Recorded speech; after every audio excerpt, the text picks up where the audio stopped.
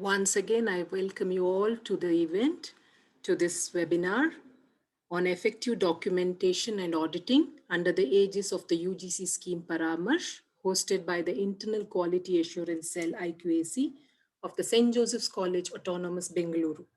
And these are the few online participation guidelines we request you to adhere to. Please mute your audio and video throughout the program. Kindly refrain from introducing and greeting each other or with the speaker in the chat box. Please post your comments or questions to the speakers with your name and college at any time in the public chat space. This webinar allows publicly visible chat. Keep your contributions helpful and considerate of the host and other participants. The participation e-certificates will be issued upon successful submission of the feedback form posted during the webinar. The certificate will be emailed to the registered email ID. This exercise may take up to 3 working days after 11th April 2021. If you fail to receive your certificate post 16th April 2021, you may contact us on sjciqac14@gmail.com. The deadline to submit the feedback form is 11/4/2021, that is today, by 5 p.m., after which no feedback responses shall be accepted. Thank you. I now request Dr. Syed Wajid, Director IQAC of St. Joseph College, to welcome this August gathering and give us an overview of the webinar. Over to you, sir. Thank you. Thank you, Bojima.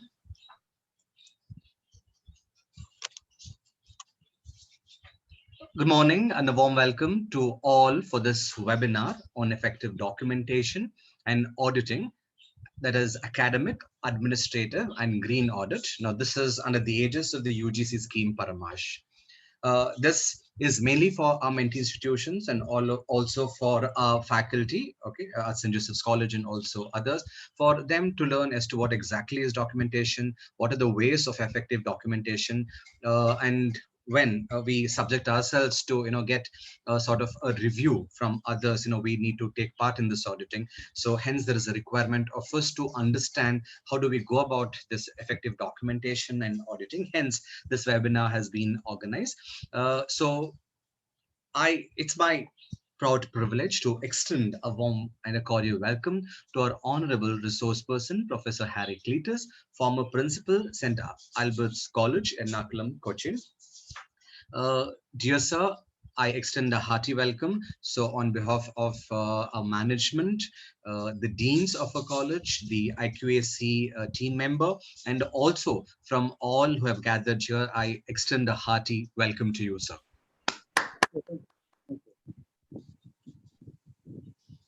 Amidst this, we also have the accreditation ambassador of St. Joseph's College, Professor Clement D'Souza. He is also Dean, School of Humanities. Warm welcome to you, Professor Clement. Thank you, sir. I would like to welcome the principals, IQAC coordinators, and the staff from our mentee institutions and also from other colleges. It's our pleasure to extend a cheerful welcome to all. Your presence and collaborations makes us very happy. So a warm welcome to all. I'm deeply delighted to welcome our fellow colleagues from our institutions. Many of you have made a huge effort to join us today. On behalf of the Internal Quality Assurance Cell, St. Joseph's College Autonomous, we appreciate your presence and offer you our most grateful welcome. Wishing you all a fruitful webinar for today. I would request all of you to be attentive, and as in when the presentation begins, be alert, and you have any sort of questions or queries, kindly lift your hand. Okay, once we get to see the hand raised, we would allow you to ask the questions. For that, you need to unmute yourselves, raise the question to the speaker, and the speaker would be answering. So we would not have to wait ourselves to ask the questions towards the end of the session during the presentations. Once you get some sort of clarity and you have certain doubts, you could also ask questions during the sessions. Try to make the session more sort of interactive.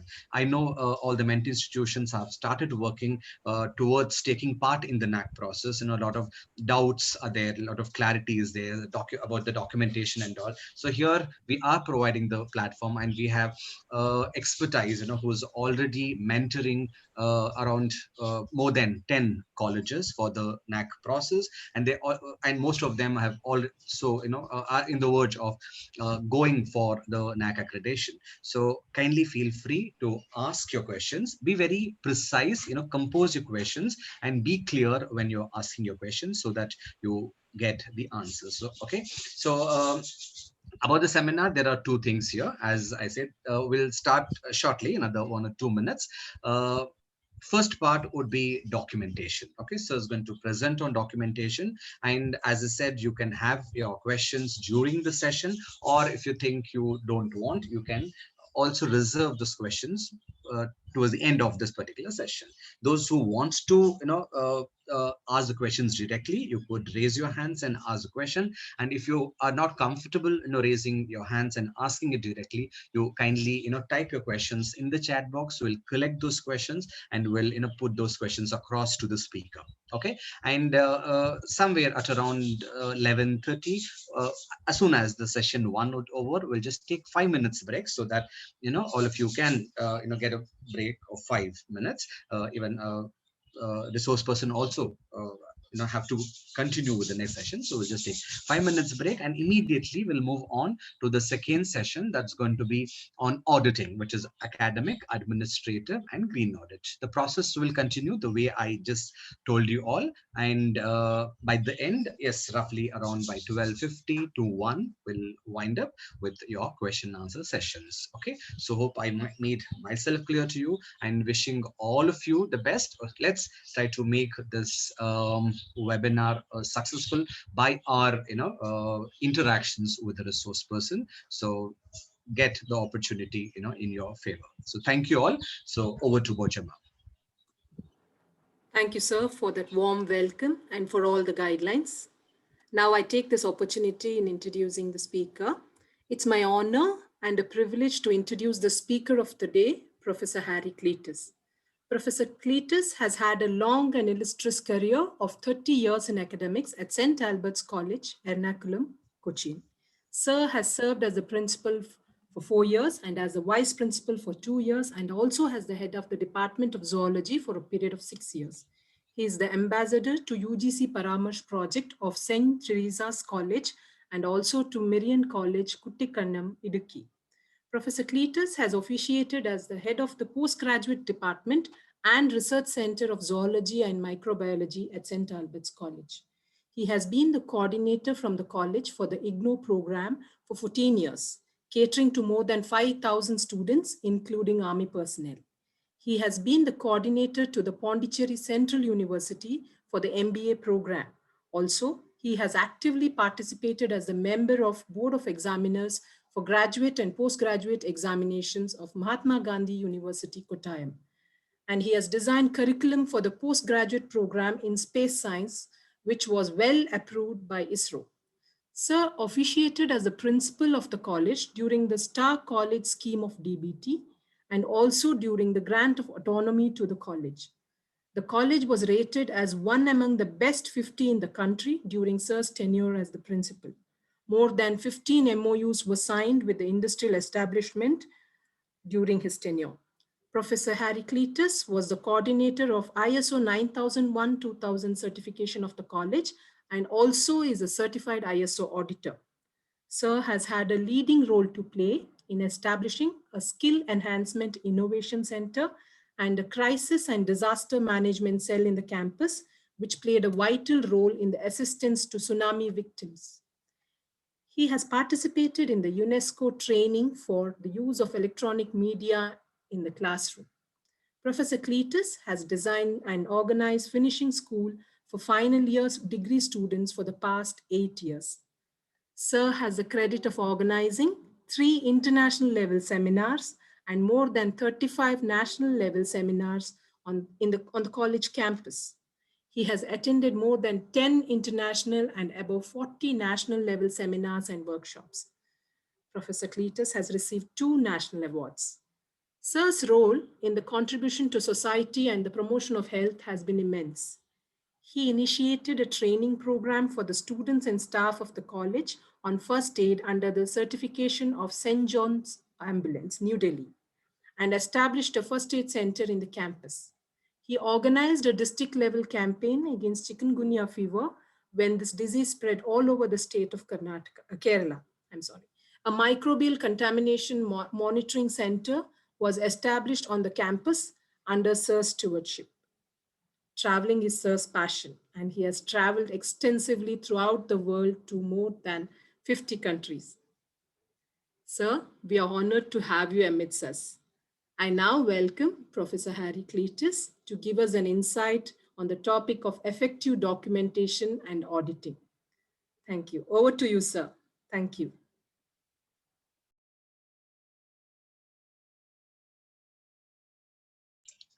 So you're muted. Kindly unmute yourself. Thank you so much for the good words about me. And also, I'm also really honored that I could be a part of St. Joseph's College, Bangalore, with this webinar. And in fact, I should appreciate and congratulate all the mentee institutions of this Paramarsh project, that you have one of the best institutions in the country, St. Joseph's, as your mentor institution. In fact, you are a select few under this project. Considering this Paramarsh project all over India, you are a select few that you got St. Joseph's as your mentor. So my sincere first advice is, make use of this opportunity in the best possible manner. Why I am telling is, as was mentioned when I was being introduced, I am also officiating as an ambassador to this project in 2 institutions in Kerala. One is St. Teresa's College in Cochin, and the other institution is far off, that is in Idiki, that is a hilly place. We also have many institutions from far off places like Golaghat, that is in Assam, and also from Tamil Nadu. In fact, as such, a total of 14 colleges are being with us, and most of them have completed the process in one way or the other. 2 of the institutions have already submitted, and 1 got accredited. That is our situation. We met Dr. Sai. I met Dr. Sai some time back before this pandemic breakdown in St. Teresa's College, and now he has requested me to share my experience in 2 topics that is very much needed for any institution, let it be NAC assessment or anything else, that is documentation and auditing. So what I'm going to do now is, my presentation is not a hypothetical model. This presentation is basically my experiment, which I have taken up in my institution, St. Albert's College. I was principal to St. Albert's College. And way back in 2003, 2002, if I remember correctly, when we were preparing for our first cycle of assessment, at that time we realized our drawback, the main drawback, that we were not having any documents with us. But fortunately at that time, the whole process of assessment was different. The manual was totally different. The platform was totally different. So the documents, we had to collect so many documents. Everything was fragmented from some place, some from the office, some from the other place, and documents were not in a proper place, you know. So we found it very difficult. Actually, all of us sat together. We took a decision at that time in 2000. That is exactly what I'm going to show you. And that is being followed by all my M&T institutions. We took a decision to go for a concerted documentation process in the campus. So at that time, we started our documentations, a system, and that is still it is being followed. So what I'm going to do is, I will explain to you how that system we developed in 2004, 3, 4 has been clarified into the present state. I'll also show you some 2 or 3 other models that are being followed by some institutions. Because now, since the national education policy is in place, and every now and then guidelines are coming up one another. So the most important part, the most important thing one has to take care of in an educational institution is nothing but the proper documentation of our data. So I'll just start because I realize that all of you are in the beginning stage for preparing for your assessment. So the slides which I am going to show you, that is exactly the process we adopted for our mentee institutions. So I think, so if you look into the whole process of assessment, whether it is for the first cycle or the second cycle or the third cycle or the fourth cycle, I categorize the entire process into 4 stages. One is definitely IQAC, internal quality assurance cell. You can see from the screen, the new NAC format has come into place. A standard operating procedure has also been put forward. Your institution should be eligible for assessment. Then comes documentation. That is the first stage. What I suggest is, don't try to grab the ultimate thing first, preparing the SSR. That will be the biggest mistake one can make. You're only in the beginning state.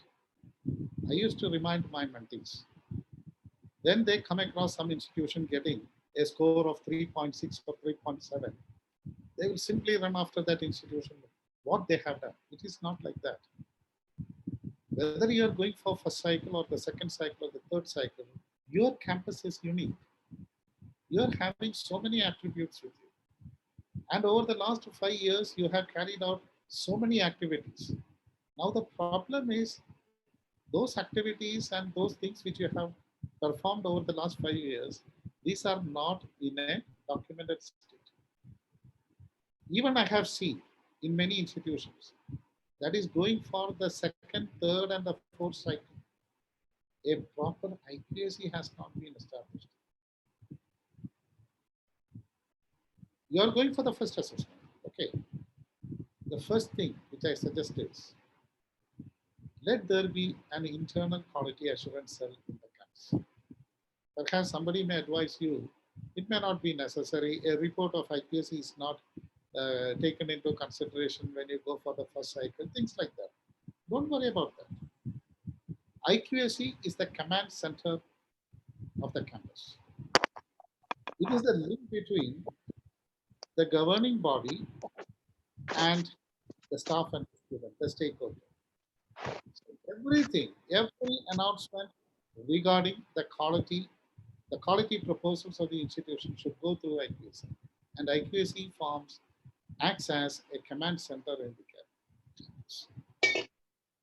If you look into the manual of instruction, you can see that NAC has very specifically mentioned the constitution of IQAC.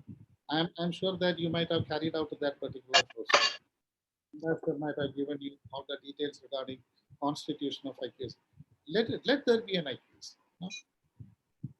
You designate one person as the coordinator for that internal quality assurance. Okay, the formation of IQAC, there are certain guidelines, you follow that. And always see that when you form a committee for this IQAC, the members that include IQAC, that cell, should be contributory in nature. There should not be any obligative inclusions. Otherwise, what happens is these people will simply come and sit there without contributing anything at all. But that should not be. An IQAC should be so vibrant. The coordinator of IQAC should be well informed regarding anything concerning the campus. That should be the nature of IQAC. Because why I did was, that was the biggest success of our Paramash project. There were so many opinions. Why there should be an IQAC? There should be a person, We can start IQAC after the first cycle. No, I said nothing doing. If you want to continue as my mentee institution, you should be having an IQAC. And students should also get involved with that. No doubt. So like that, we established an IQAC in all the institutions.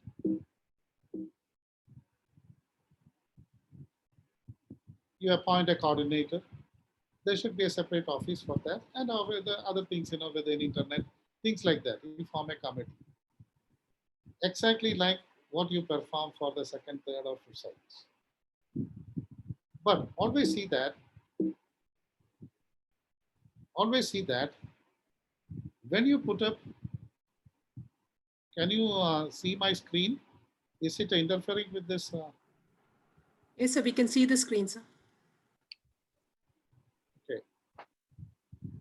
Always see that when you put up that word, things you may find it very silly, but still, what I advise is, I have seen as a peer team member when you go for a lab visit, for the third cycle, I have seen places where they have put up a board simply IQAC. In some places, in some institutions, the students may not realize the full form of IQAC, but it should be written as Internal Quality Assurance Cell. And all the students at the campus should realize that is the place from where quality assurance is being given to the institution. Quality proposals are coming from this place. So there should be a vibrant IQAC in the campus. That is the first thing. Why I'm telling is, these are all related to documentation. The second thing is,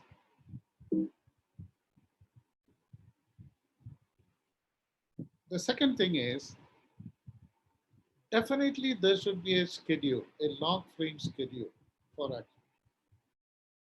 If you want to establish an IQAC, let there be a time frame for that. And stick on to that time frame. This is the most important thing that one should follow. There should be a schedule of preparations. Otherwise, you see, the whole process gets delayed. I never allowed my mentees, and they also felt like that after some time. There should never be a question of stressful atmosphere, nothing of that sort. But there should be a schedule. And everything went on with the schedule. When the pandemic lockdown came into effect, we all came together through online and decided to go ahead with the activities without any break. That was our success. What all things that could be conducted online, even we had extension activities conducted through online, and that has also been documented. So that was the success, and that is the reason why we have reached a stage like this. It is possible, and that is only because we had a proper schedule of activity. Everything was scheduled, everything.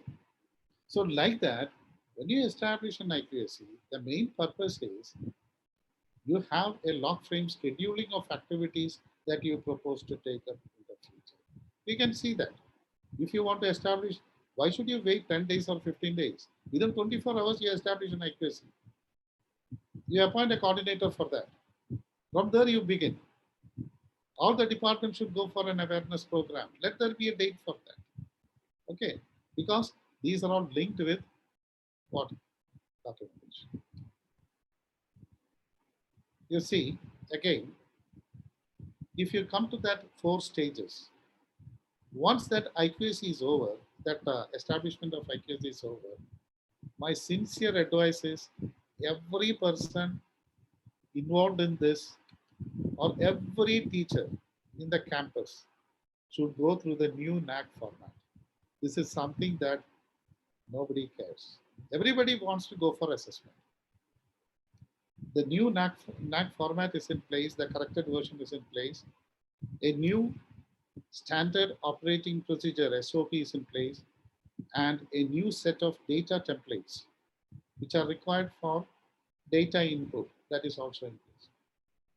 So what I suggest is everyone, every mentee institution, you will get better assistance from your ambassador. These are only certain basic things. Before we go into the actual documentation process, everyone should be aware of what actually you are going to do for this assessment process. And what I suggested is you take a hard copy of the manual. Some of your institutions may be a UG college, and the other colleges may be a PG college. I don't know. But whatever it may be, all of you are affiliated institutions. That's what I realize. In Kerala, it is like that. They are all affiliated institutions, but not aided, self-funded. Whatever it may be, you take a hard copy of the manual. Okay. Nowadays, people are going after, what do you call, soft copies, paperless conditions. Not like that. I always propose that for the time being, let us confine ourselves to a hard copy. If you are having 5 departments, you take 5 or 6 copies of the hard copy of this manual. And there should be a concerted discussion within the department regarding what actually is the platform for assessment. Then you will understand what the criteria is, the 7 criteria. I'm not going into those aspects. These are all basic things. The 7 criteria. And within this criteria, what are the questions, what we call as metrics? Why they are referred to as metrics? Then, what is that number given after each metric? The weightage. How each metric is valued, graded, and how the grading process is conducted. So all these things are given in the new NAC format. So you have to go through that NAC format, try to understand everything possible within that. The new NAC format also has the data templates. You can take a soft copy, you can take a printout of the data templates, and within that NAC manual, they have given the explanations of each and every word as the last part. So my sincere advice is everybody should be thorough with the new NAC format, especially the coordinator. So I'm sure that your ambassador will give you, he is the best person to give you the right information direction on how to proceed with understanding the NAC new format. Okay, then the eligibility. Of course, there are certain guidelines that will be given to you by your post institution. But one more thing, when you go through that new NAC format, at the same time, now they have come up with SOP. Okay, that is standard operating procedure. The recent one they have published, I think if I'm correct, you can ask your ambassador, that is some 2 weeks back. The new SOP has come. But within that standard operating procedures, that will give you an insight into the exact documents that are required for every metric. Okay. So when you start a discussion on this new NAC format, at the same time, you should refer to the SOP also. So SOP will give you what type of document is required, okay, for the purpose. So in that way, new NAC format as well as the SOP should be before you go for departmental documentation. So by the time you complete these 2, IQAC and the new NAC format, you are familiar with, then the question comes, how you are going to document the entire documents that are needed for the assessment process. Formerly, I remember when you go for NAC visit, the entire process was relied on the peer team decision. The peer team will decide what grade can be given to that particular institution, and that is reported to the NAC council, and finally they will take the decision of the final grade. Now things are different, you know that. Just to refresh your memory, that only 30% are peer evaluated. The other 70% that is being evaluated according to the documents which you give to substantiate your claim. So 70% is data evaluation, and only that is quantifying the metric. The other 30% will be evaluated by the peer team when they come to your institution. But that doesn't mean that the peer team should go only for that 30% of metrics, which we call as quality questions, QLM. But they can also look into QNM sometimes. It so happened in one of the institutions in Kerala, they raised some doubts regarding the quantitative questions, and that was reported to NAC. The whole process was reverted. It happened in Kerala, in one of the institutions. Now they got a better grade. So whatever it may be, documentation is the basics of our assessment. It's a basic part of our assessment process. So what you should do for documentation? That is our concern. When you start with this documentation, what I have seen is where colleges are going for the first time. These colleges, many of these institutions may be in place only for the last 6 years or 7 years. You might have carried out so many activities, you might have performed so many student support programs, things like that. But none of these programs or activities which you have performed may be properly documented. Okay. Now these documents are also required. When you go for the last 3 years or 4 years or 5 years, you can put a claim on so many things. But where is the proof? So that is the major drawback which we come across. You know what the colleges do? I have seen in many institutions, they are going for a documentation based on NAC criteria. That was the biggest mistake which we committed in 2003. When we went for the first accreditation in 2002, 2003, there was absolutely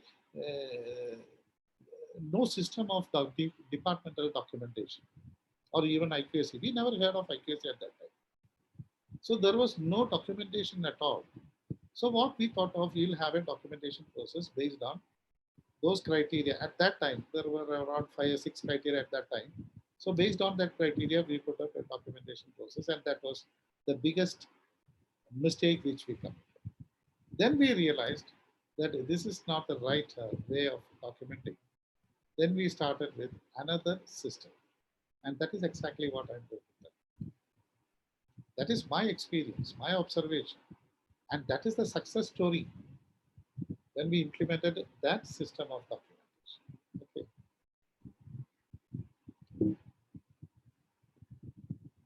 You see, that is that format which you have to take, new NAC format and the SOP, which I have told you earlier.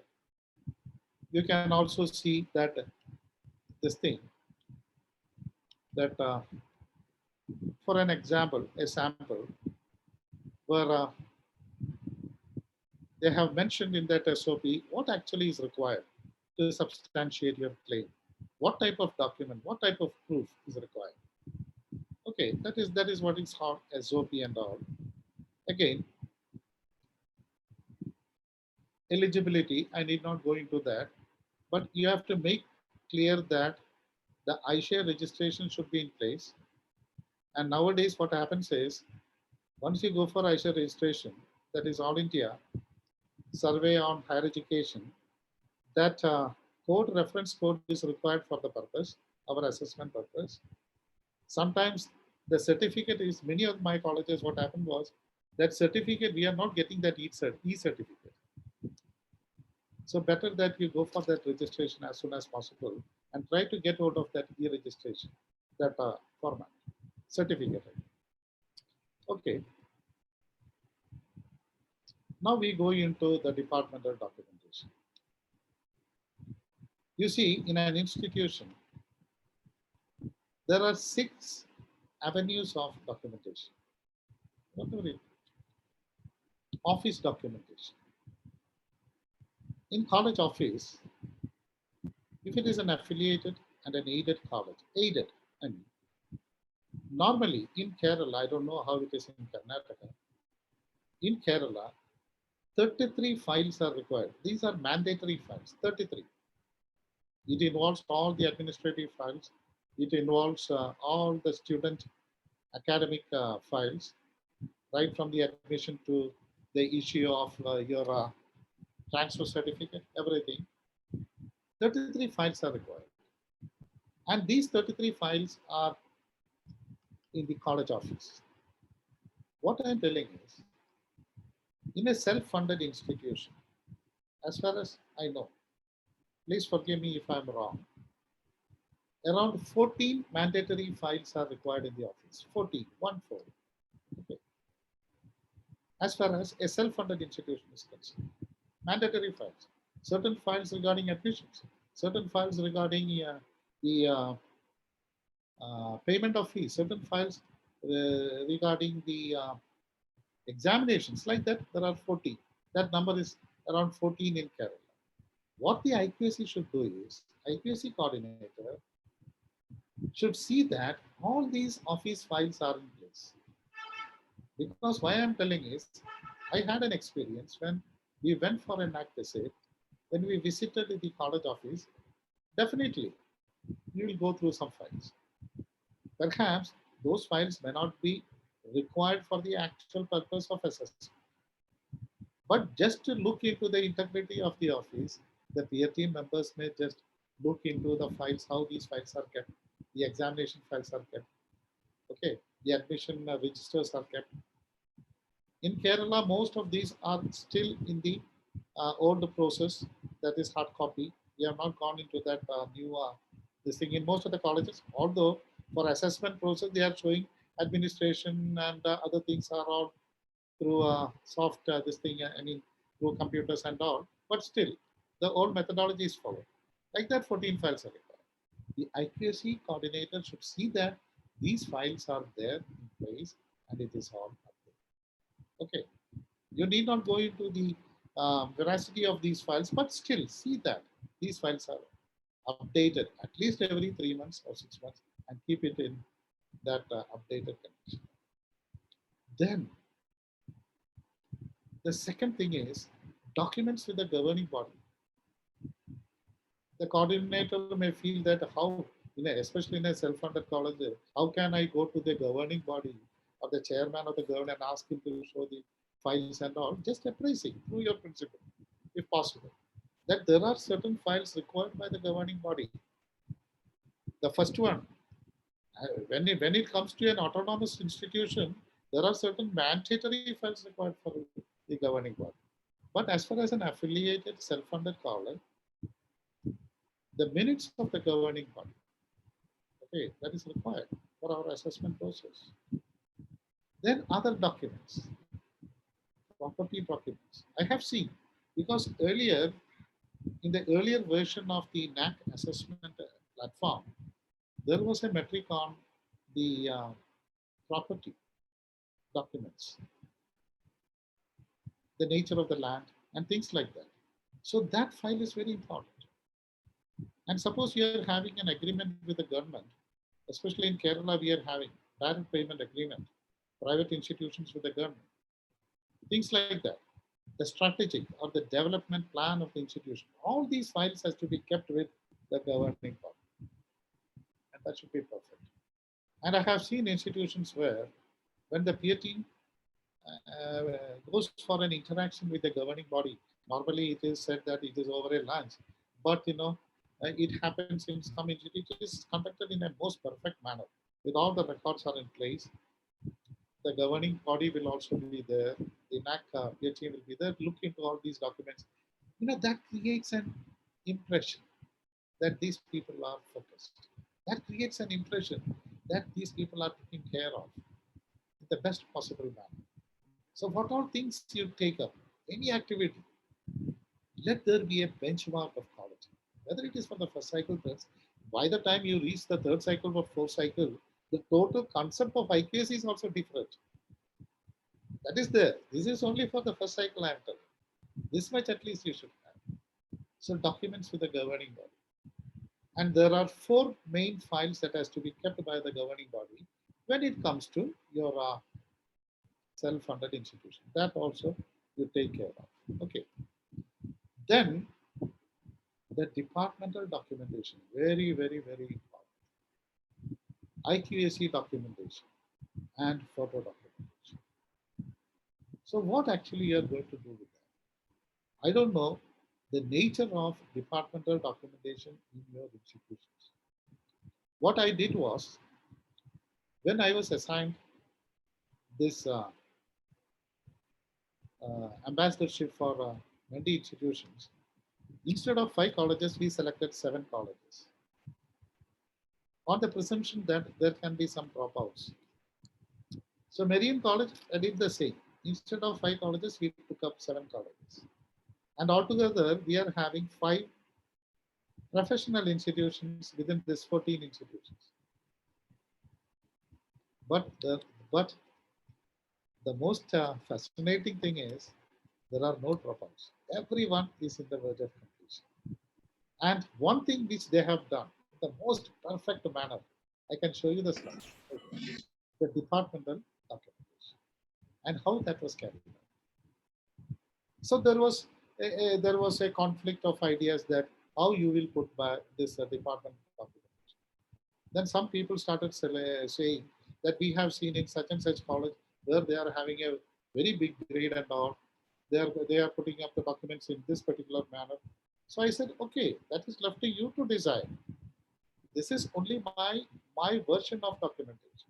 What you have to do is you have to take, if it is feasible for you, only under the guidance of your ambassador, because he is the best person for you to give you, because he is the person who knows everything regarding your campus. I have not heard about your campus so far. Of course, I have heard about St. Joseph's College. It is not comparable to my issue because that college lies far ahead. So their instruction, this is only my version of departmental documentation. What I did was, I advised all my mentor institutions to follow a unified documentation system. Okay. Unified documentation system means every department in the campus. Okay. Suppose you are having 4 departments. Suppose you are having 5 departments, 3 faculties, art, science, and commerce, and within which you are having 2 or 3 departments. Every department should be having a set of documents that is similar, not the inner content, the file. Inner content cannot be the same. Okay. All the departments should be have. That is why it is called unified documentation system. And this has been introduced in my institution in way back in 2000 and 2003. Still it is going on. The pattern which I'm going to show you, that is for an affiliated institution. But for autonomous institution, there is a different pattern for that because file requirement is not similar. So what I suggest is, these are, you can go through that. These are a set of files that has to be kept in all the departments. You see that word such as T. This is only such as T. This is only such as T. File number 1, staff profile. File number 2, programs, courses, COs. Because why I'm telling is, if you follow this system, if you start this system of documentation, this documentation will last as long as the college exists. If you follow the NAC criteria wise documentation, suppose the NAC change these criteria next year, then you have to revamp your whole documentation. From this These 20 or 22 files, 20 or 22 files, you can retrieve data for any sort of assessment or any sort of activity. If it is up to date, of course. That is the lookout of the principal. That is the lookout of the HOD. And how that has to be conducted with accountability, I'll show you. Simple things. You may find it difficult in the first place. But when it starts running, this is an usual process. In my college, we are having 27 departments, 27. All the departments are having a set of files like this. And I will show you the slide where my mentee institutions have started a unified documentation far better than my St. Post institution, St. Albans. So these are a set of files. And these are only suggestive. What you have to do is, your campus has certain peculiarities. Each of these campus, mentee institutions, have a peculiarity. So your principal and other head of the departments can sit together, and they should uh, look into this particular list, and they have to decide which all files are required for your institution. Okay, and this is only a suggestive list. So what you have to do is file number 1, staff profile should be there. Why is it there? Just for an example, because when it came to documentation, some of the files required pertaining to the staff members, their credentials are required now. From where you will get? Suppose you don't have a staff profile file in your department. Office people may be keeping your academic qualification, things like that. But yearly increments regarding the publication of papers, your patents, or involving in other activities, or receiving awards and some other credentials, all these are there with the staff profile. And that teacher might have left the institution some 3 years back. But you can take the credentials from your file if it is there. Okay, that is the beauty of this system, unified system. So you have to take in which all files are required and come to a conclusion that all the departments will be having the same set of files, the same file number and the name of the file. Okay, that is called the unified documentation system. My suggestion is it is better that you follow this because you are in the beginning, so that's easy for you to introduce. You see this. The first photograph which you can see, this one, this photograph, this I have taken from one of my mentee institutions.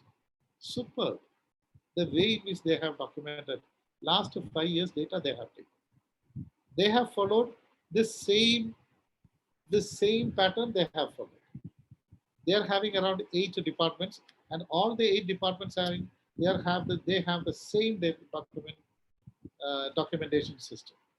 See how the files are kept, 20 box files. And within these box files, there are 5 subsections as on today pertaining to last 5 years. And additions are coming up every year regarding every required component in this list of files. Okay, that is how it is kept. They have kept it over the table for inspection. That is, that day we went for an inspection in their campus, and this is the way in which the files are kept, so that we can very easily take out any file which we require for inspection. What does it mean? Sometimes you may put a question, sir, is it needed for NAC? If you look in that terms, I don't have any answer at all. Because these are things that are required normally in the department. When the NAC people or any other assessment body comes into your campus, the impression they will have regarding the functional approach of an institution, that will be quite different. And that is exactly what we should concentrate. And as far as the NAC, I mean the IQSC is concerned, only 7 files are required. I'll show you the list of files that has to be kept in the IQSC. See the beauty of that. So what actually is being done is, The management will see that every department will be given a cupboard. That is the documentation cupboard. And within that, all the department files are kept. And it is the mandatory duty of the head of the department to update that as and when it is necessary. So that is one system using a hard copy. Okay. But nowadays, what happens is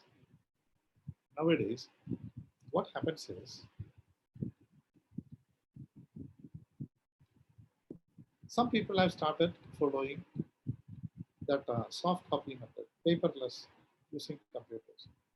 You can follow that if you are having that facility, a unified system.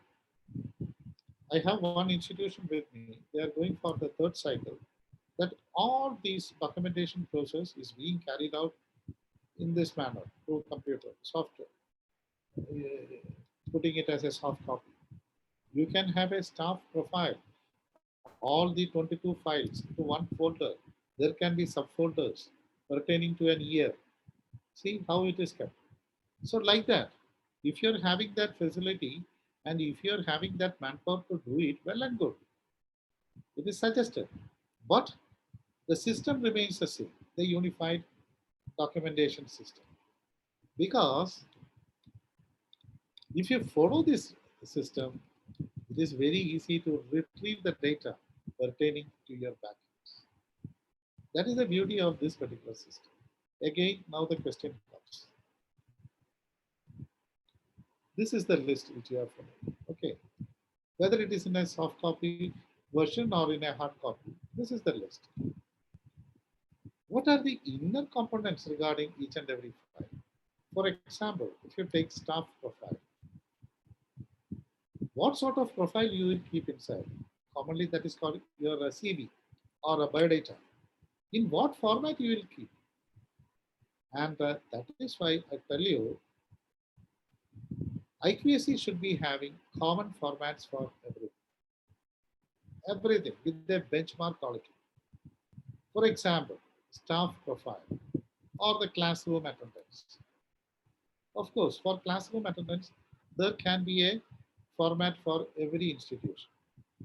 But for other things, especially for staff profile, the student attendance for other activities, teachers work diary, academic plan, teaching plan, all these components, you just read that component.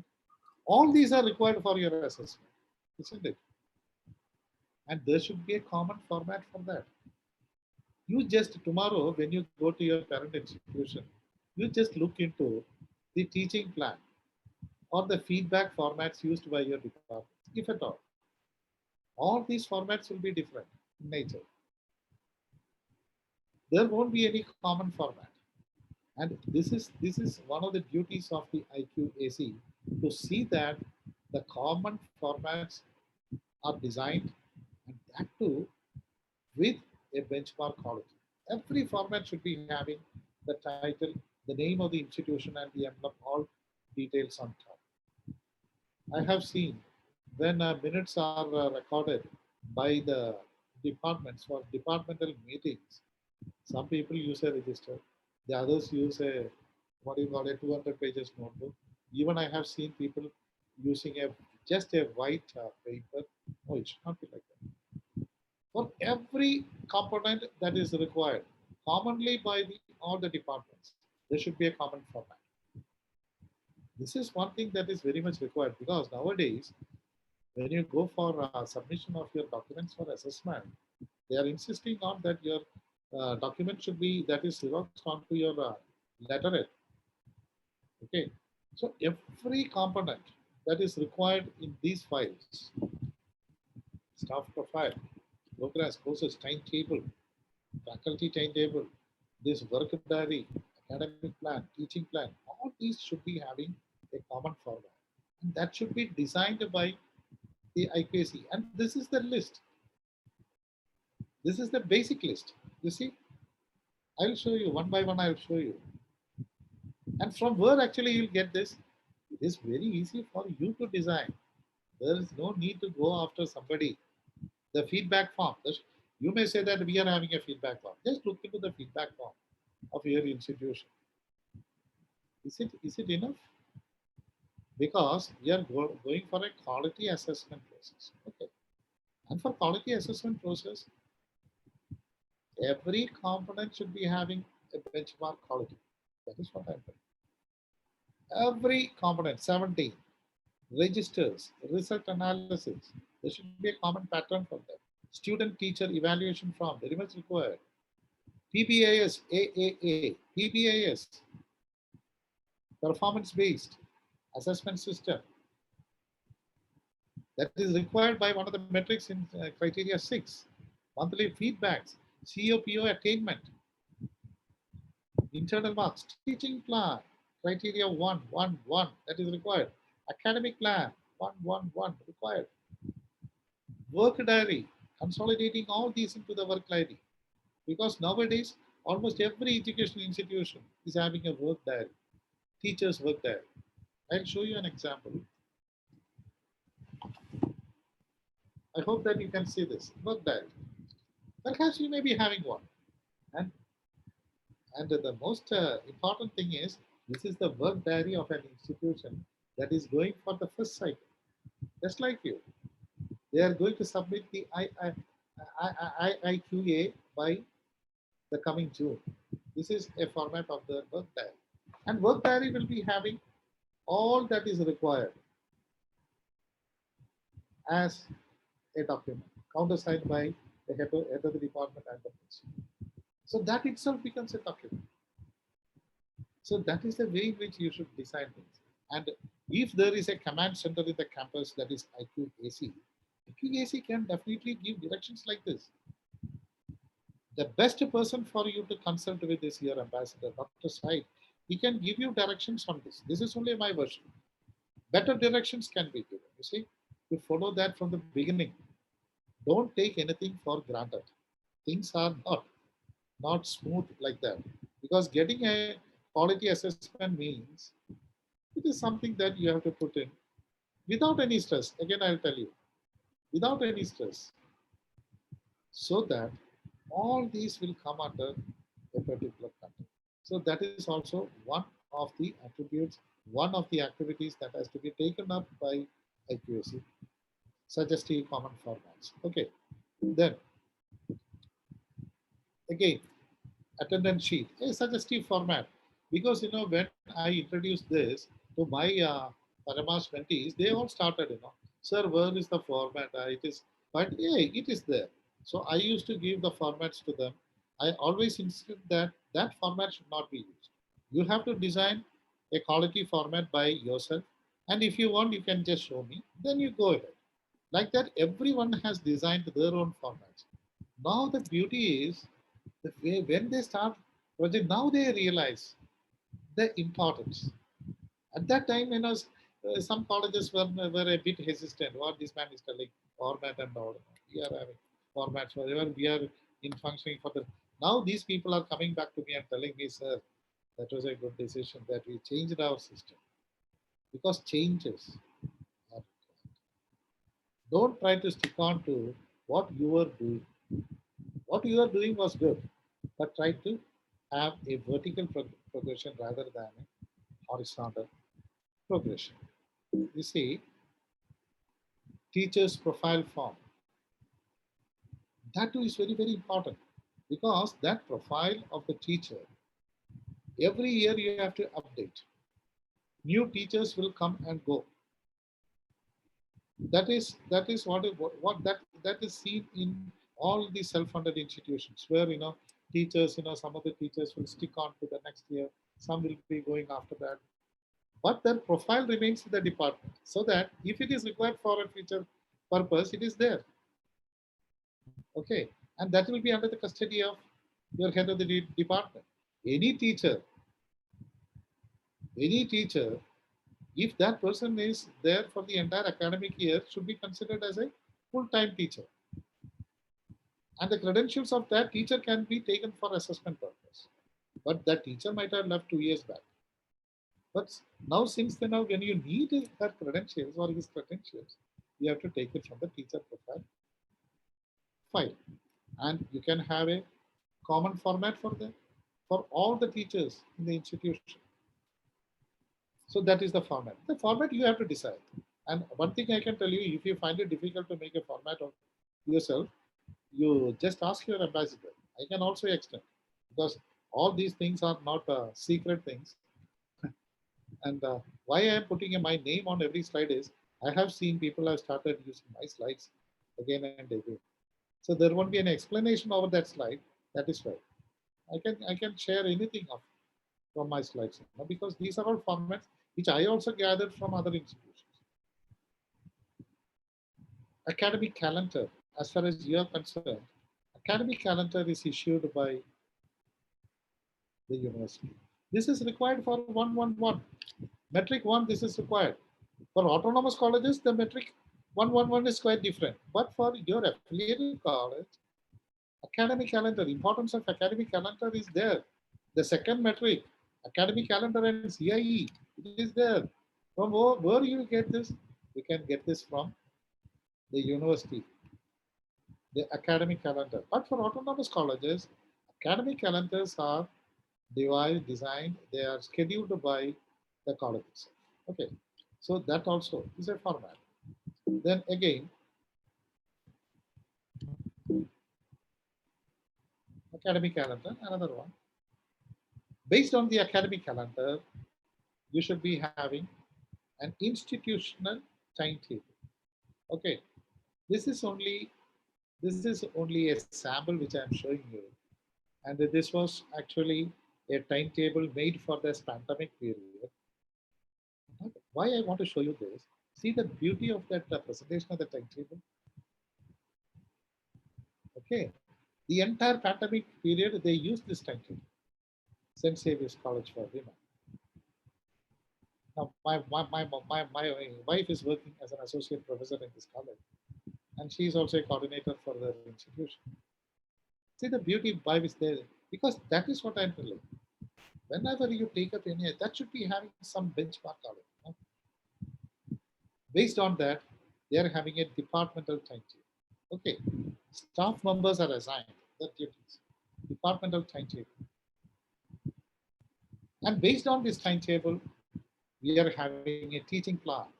See, so based on this academic calendar, you are having the timetable. All these exist in every institution. Your institution will also be having all these. But the way in which that is presented, that shows your quality.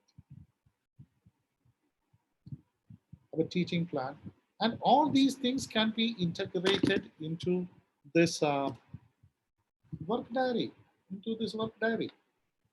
So that forms a consolidated document, in fact, of every teacher. You see, another thing which we have to perform, it is a Herculean task, that is COPO attainment. 261 and 262 of the manual. How this attainment value, how we are going to find out the attainment value? Is there a proper mechanism for that? Now you can tell me there are some institutions, they follow a software for documentation and all these things. We have also in Kerala, I was a consultant to that, one of the biggest software companies in Kerala, they have come out with a software. But that too, because once that software is in place, you should be having data with you to feed. Now, where the data will come, then you have to perform some activity. Then only the data will come. So like that, CO attainment also you are having softwares for this. But nobody has asked you how that attainment value, how it is calculated. There are simple methods by which you can calculate CO attainment and PO attainment. Simple, very simple. Only thing is you have to perform certain requirements. And that too, these are again formats. CO attainment evaluation format. You explain that to the departments and give. Monthly performance report, very, very important. If you don't have, do it. This is one of the, because I don't know, because Karnataka sometimes the requirement specifications of your directorate and the government may be different. But as far as Kerala is concerned, every HOD has to give a monthly report to the principal regarding the functioning of the department. It's a mandatory requirement. But some of the colleges are not following it. That is the true thing. Some of the colleges are not following it. But mandatorily they have. And this particular format contains all details regarding the functioning of what the department. And every HOD has to submit this before the 5th of every month for the last month. And there is a format for that. See, that is called performance report, monthly performance report. This is also a format which the IQAC has to come out and distribute between the departments. Okay, whatever it may be. Feedback formats. So many are there. Feedback on curriculum, feedback from stakeholders, students, staff members, old students, employers. So where are these feedback forms? And I tell you, because these are for the colleges who are going for second cycle or third cycle, it is in place. But for the first time accreditation process institutions, these are very small things, but you'll find it difficult. From where we can get the format for? There are no specified formats, my friends. You can make your own format. But IQAC can do that. You get a copy of these formats and you tailor it into your need and distribute. That is all. So there should be a format for that. And exactly like I told you earlier, all these should be having the emblem of the institution, the necessary name of the institution, other details. Then you go through the required questions. Okay. Then another thing is the IQAC has to extend as far as documentation is concerned. That is on how to record your minutes. When you go back to your institution, IQAC coordinators, the first thing which you have to do is all the departments will be having their own meetings. And these meetings are recorded by minute.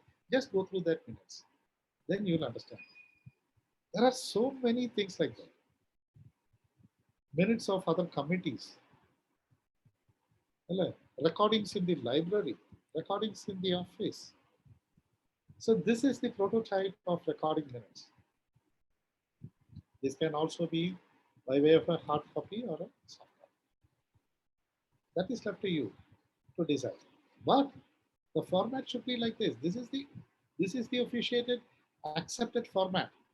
Date and number should be there. It's not a date alone. It is a date and number. Title of the meeting.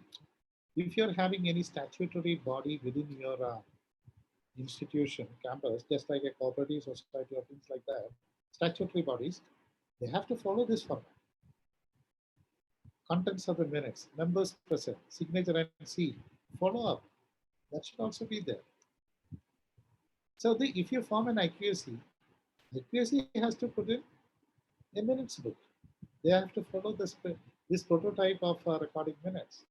Department has to do that. I will show you one slide which I have taken when I visited one of the institutions during a NAC European visit. See how shabby it is. Is this the way in which a college going for the second or the third cycle should record their minutes? Full of corrections. Even the notice is corrected. It is not corrected, I should say corrupted. Because nobody will consider this as a quality recording. Especially when you're going for second or a third cycle, this should not be. It should be properly recorded. That shows your quality. So take care of the minute thing, with utmost importance. See, this is another one which I have mentioned, a document which you have to submit along with your SSR. You know what it is? Footfalls. How many are visiting? There is some disturbance with the microphone. Sorry, it's not mine. So you're audible, sir. Thank you. Sorry. that I have taken this photograph from one of the institutional libraries, and invariably there is written with the same pen. Same pen. Sometimes you can give an example, a pen might have been kept there. But if it is the same person with mistakes, don't do that. The genuineness of your document is very, very, very important. The people like the experienced people who go as peer team member, they are all well versed with this.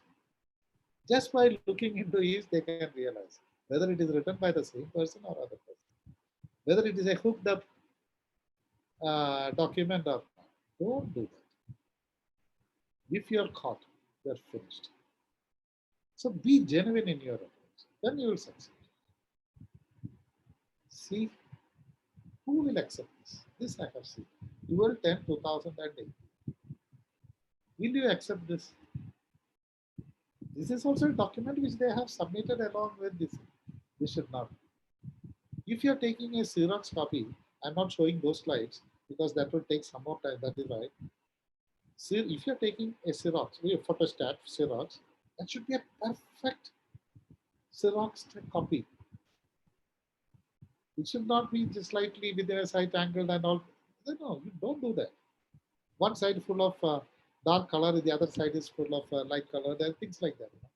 It should be a perfect copy. Invariably, a color photostat. Okay.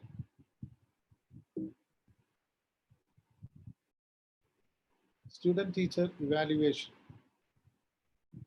Student teacher evaluation. One that is required for our purpose. Don't look into the attributes that are given for assessment. You can have your own, but there should be a format. That has to be decided by accuracy, and every year see that the student teacher evaluation report is also. I just wanted to show you that.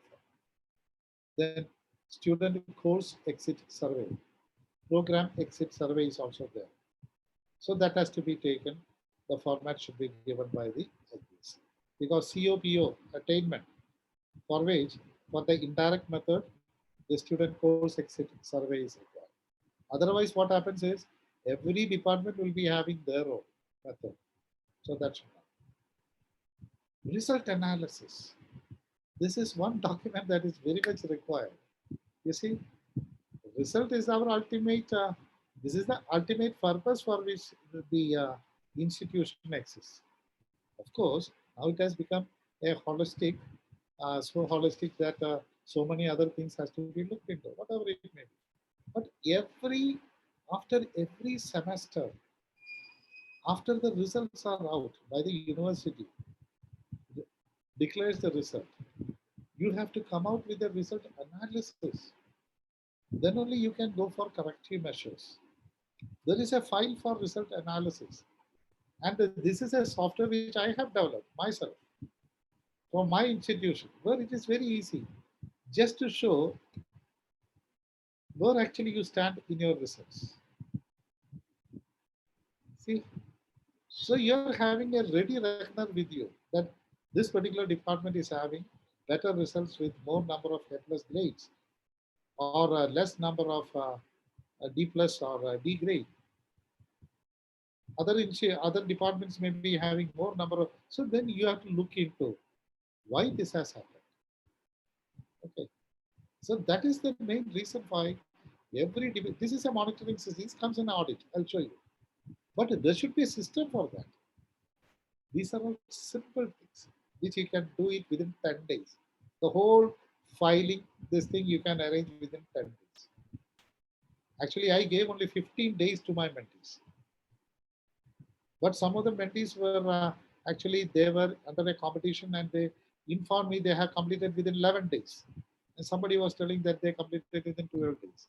And in our general meeting, I gave them a motivational award for that particular this thing. So that is how the thing should go. Everybody should come forward.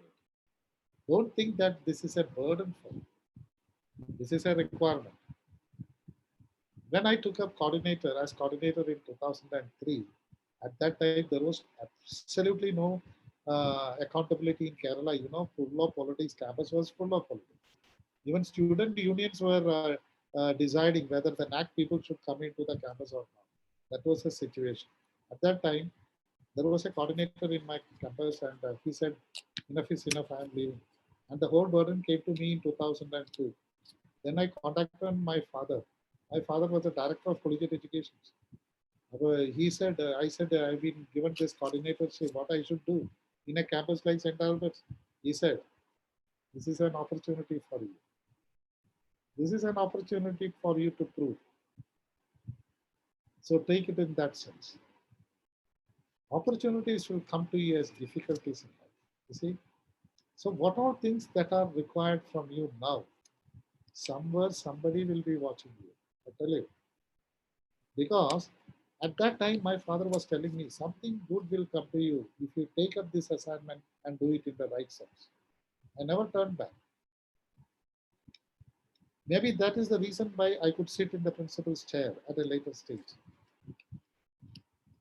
You see? But what all things you do now will be only for your benefit. Because I tell you, after this accreditation, now the national education policy is in place. What I have heard is, my brother is in the planning board, what he was telling me, that the next thing that is going to happen is departmental accreditation. And after which, what is going to happen? Individual accreditation will come into effect. Tenure track is coming. I'm not going into that. So all these things has to be taken up by every staff member in the campus. Don't say that I'm not a part of this. The coordinator, it is his burden to go for assessment. No, it is everybody's duty to come forward and do this. Then it becomes a movement. Every student also should realize. So all these things, if you hear this for the first time, you may find it, oh, these are when actually you'll be able to. You come to one of my mentee institutions, I'll show you. That is the type, that is the way in which the coordinators in your campus should organize things. Because the institution requires your output. Okay. Again, the staff profile. This is exactly just what we were discussing, and everything, every file should be having its own format and all these kind of things. That is one version. The second thing is, I'm leaving that because it is already 11:15.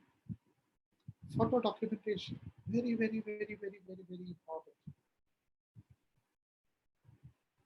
Very important. And every institution should be having a system for photo documentation. What I suggest is, the principal of the institution is the best person because principal knows everything that happens within the campus and what are things that are happening outside the campus. When you go for extension or NCC or NSS, things like that. Every activity should be documented with a geotagged photograph. Geotagging, it is very simple in your mobile phones. There are applications. But what I suggest is there should be a dedicated system in the campus for the photograph. The importance is different. Because in Kerala, now the trend is when peer team comes into your campus, they are having around 1,500 weighted grade points with them. We have to we have to grab every grade point with that is with the peer team. You have to impress them. You are impressed there, you have to impress your quality in front of not Harry leaders, but in front of the peer team.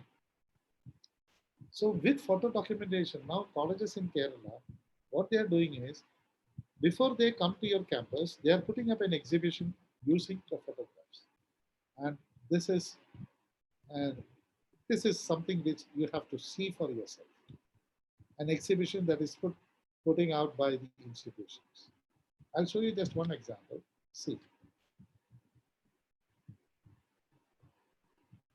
When the peer team members, when they actually come across this photo exhibition regarding the functioning of your institution for the past 5 years.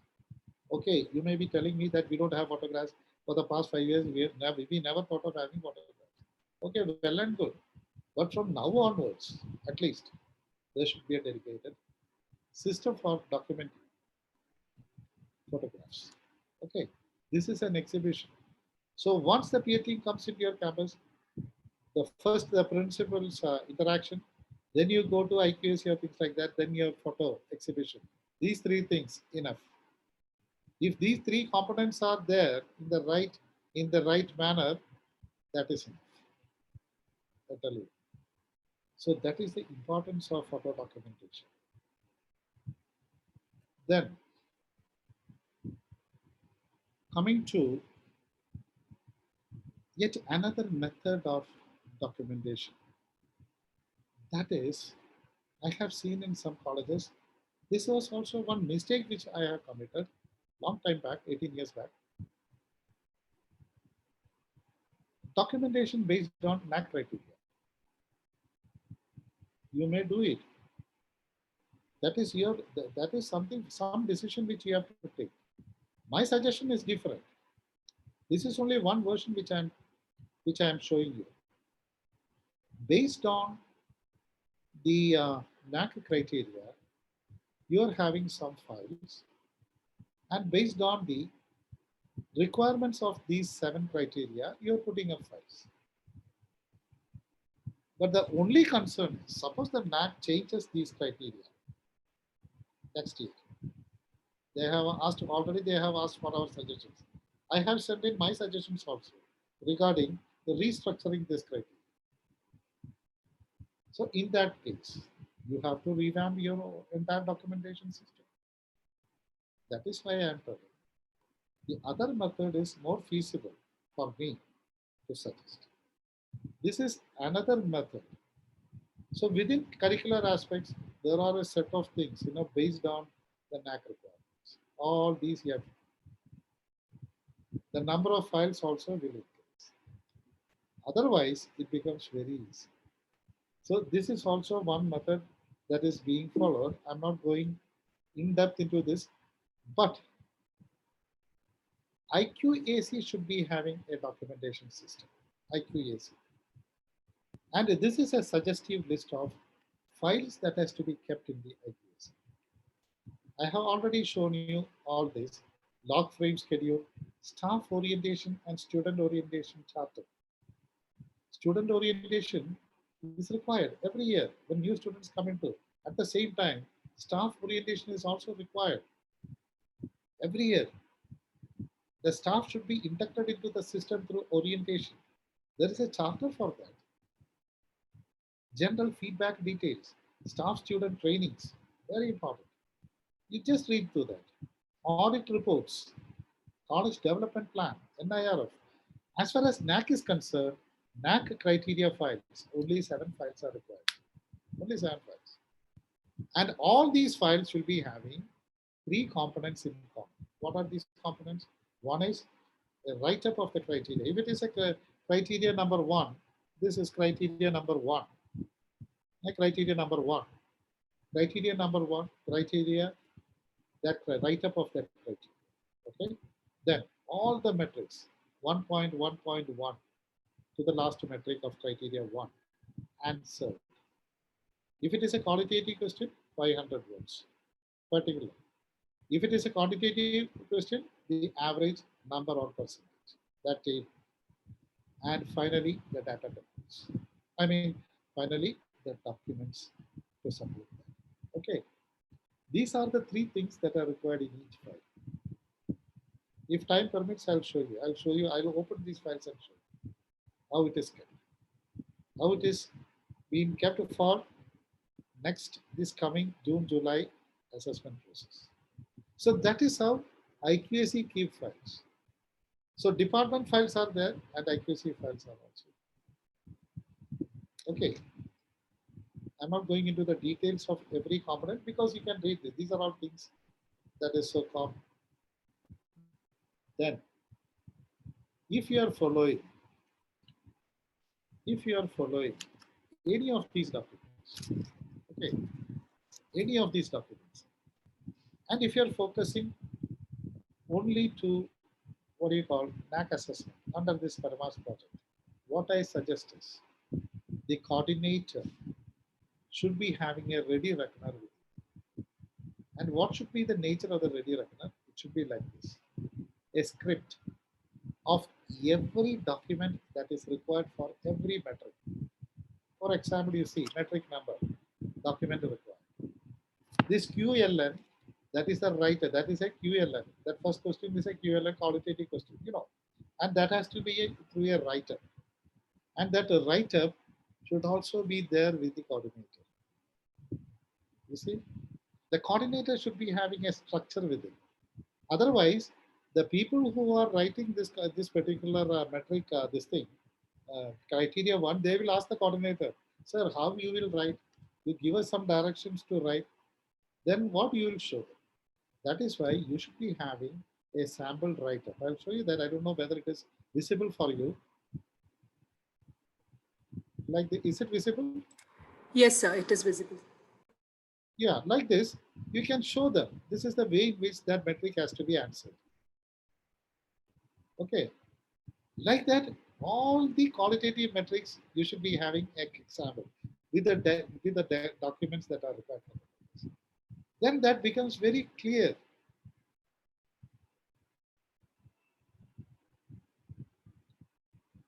Then that becomes very clear.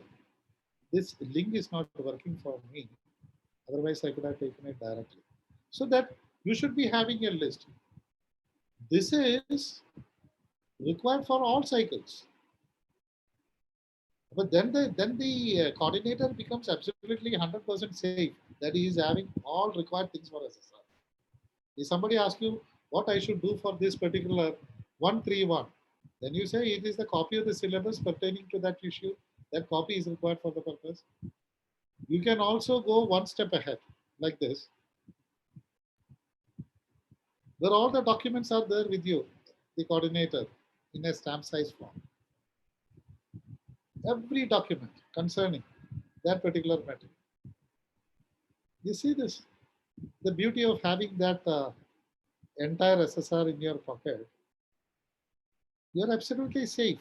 So you should reach that stage of documentation. It is very simple. If you start this today, you can complete the whole process within 20th of May, I can tell you. Provided you can project only those data which you have already performed. If you need some more data to strengthen your grade, that you have to discuss with your ambassador and see whether any further timing is allowed or not. That you have to decide by yourself. See the beauty of that. Data templates also, you can complete every data and you can have that in just one file, soft file. See, everything is there.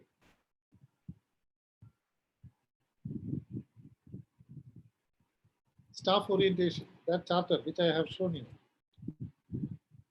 Schedule of preparations, again, that is the most important thing. I'm showing that once again. The schedule of what all things you should have. That is the first thing which the coordinator should sit together, especially with your principal, and if there is an assistant coordinator, the core committee, you chart out a plan of action. Of course, it may require some time for you to gather all these things. But this is not a big issue at all. This is not a big issue at all. You can do it in just 2 weeks' time. If we could complete all the 14 colleges, they were hesitant to do that. And within this pandemic period, they have completed their entire work. So that is a confidence. It is not my directions or any pressure from our side that has led into this particular stage. No, it is their willingness to do it. Now we are planning to extend the, even I don't know whether NAC people will extend our time period, that is the data up to March, April.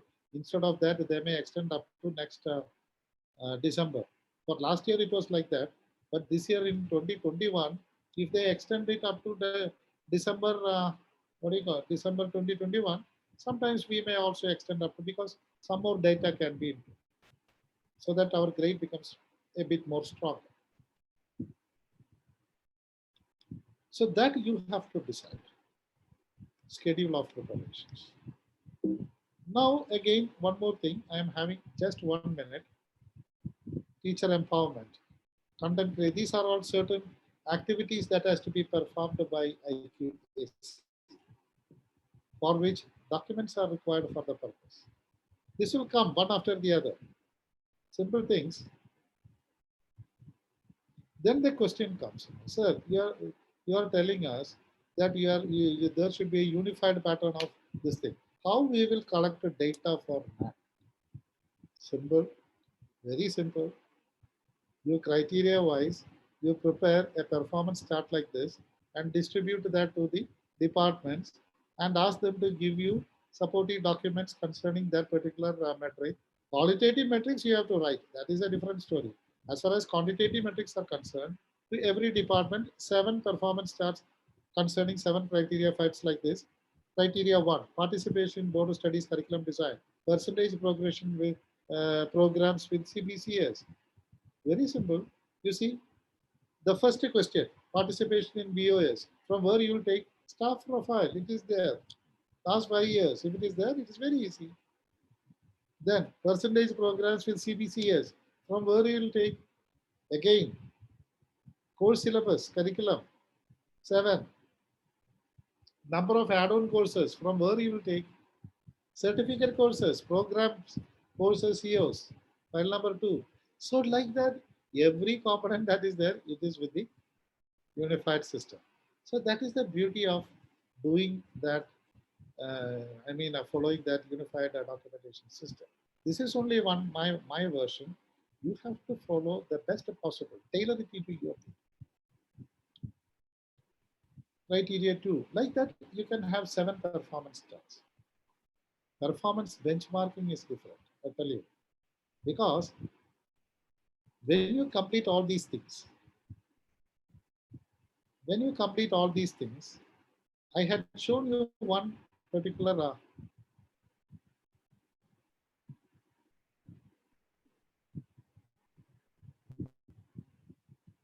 when you have completed departmental documentation, you can have departmental audits. That is my second part. PBAS, training sessions has to be taken out because teachers should be empowered. Even National Education Policy puts forward that every teacher should be empowered in a holistic manner. IQAC documentation. The most important component is performance evaluation. You should not confuse this with the performance chart. Once you get the performance chart, you have to evaluate your institution where actually you stand. Will you get 2.5? Will you get 2.6? Or will you get only 1.8? That you have to work out. How you will work out? So far, NAC has not released that particular benchmark which is required for assessment. What percentage will give you complete marks? What percentage will give you 75% marks? What percentage will give you 50%? What percentage will give you 25%? NAC has not released that so far. But we will calculate it. That is a later story, whatever it may be. So that is the last part of the IQAC performance. Then we will understand, then we will realize that our college will stand by around 2.7 or 2.8. Go ahead. If it is far below some 2.1 or 2.2 or things like that, is it possible to wait for 1 more year and have sufficient data to strengthen out? That you have to decide in consultation with your advisor. Okay, so that is how you have to proceed with the document. I am stopping with that because the time constraint is there. Administrator, start with the other one. Before that, if you are having any doubts, if you feel that you want to ask something to me, you can have it now, or else anytime, 24/7, you can call me up. No problem. Because this is a consolidated version of this documentation process. But when you goes up in your cycle, things differ. This is for the immediate purpose. My advice is don't focus only for now. If you are successful in this assessment, you have to come across so many other assessments in the coming years. Then all these data will be required. The proper. So when you start doing on that, you will face difficulties, and that we have to face, and that we have to overcome. Okay. If you are having something to ask me, well and good. Otherwise, we'll take a break. And as you're recording, I don't need any break. If you want, you can have 5 minutes break. Then we'll proceed with the administrative audit. If you are having some questions, please, if it is allowed. Yes, sir. Thank you for that session, sir. I'm Dr. Jai Shankar from the Department of Zoology, moderating this session. Participants, if you have any clarifications to ask to Professor Harry, you can ask now. You can raise your hand, press the reaction icon button there, unmute, and then ask your question. Go ahead asking that. Or you can also type it in the chat box.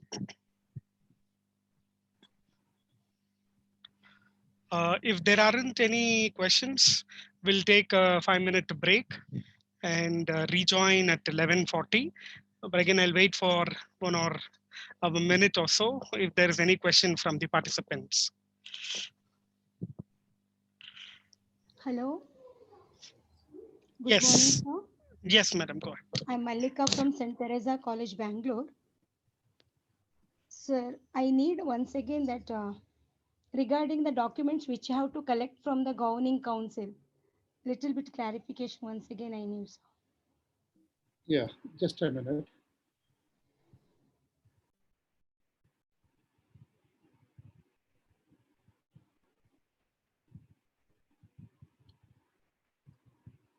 Yeah, documents with governing body. Yes, sir. Yeah. In minutes of governing body, property document other than Strategic plan. Strategic plan. Because a strategic plan of the institution or a long-term development plan of the institution is very much required. And moreover, what I said was the fourth file is regarding if you are having any agreements with the government or the university. That also should be kept. In Kerala, we are having that. That is called direct payment agreement. And that is also one document that has to be kept with the governing body. But for the affiliated self-financing colleges, self-funded colleges, that agreement may not exist. But governing body meetings, a strategic plan document, and property documents are a must. Thank you, sir. Any other queries, clarifications from the mentee institutions? Participants, if you have any doubts. Good morning, Professor. Professor, I'm Dr. Gokul from the Department of Social Work, St. Joseph's College. Thank you for the wonderful session, Professor. My one query was that, see, now we are in the pandemic situation. So are there any changes that you have made in your college with regard to the documentation procedure from the departmental point of view? And if there are any tips that you could provide us on how to document in the current situation? I mean, we will not be able to go to office on a regular basis because of the pandemic. So are there any tips that you can provide us with? That's Thank a you. wonderful question, sir. Because yes, we have charted out 8 or 9 different avenues of activity for the entire year. And that was being performed not by the mentee institutions, but by the other colleges also, because under my consultation. So we formed a timetable for that, not the other timetable which I have shown you. This is a virtual activity regarding online classes was there, online extracurricular activity, online extension activities, and that was also consolidated into a documented form. But unfortunately, the laptop which I am using now doesn't have that. Sir, I'll tell you one thing. If you can form a Google Meet or something like later, informally, don't take it as in a formal way, informally, I can share all those things. You know? No problem with that. Thank you, sir. That's wonderful. Thank you, sir. Dear participants, we welcome you back after the break. I'd like to thank Sir for giving us a very practical approach towards documentation with samples and data formats. It was a very informative session, Sir, giving us all a sense of direction towards effective documentation. We are eagerly looking forward for the second session on academic audit, academic administrative audit. Over to you, Sir. Thank you. Welcome back, everyone. Can you see my presentation now? Yes, sir, it is visible. The screen shows academic administrative audit. Oh, fine, fine. Okay. Now, this is also one activity that has to be performed by all the institutions. And that should be through the directive of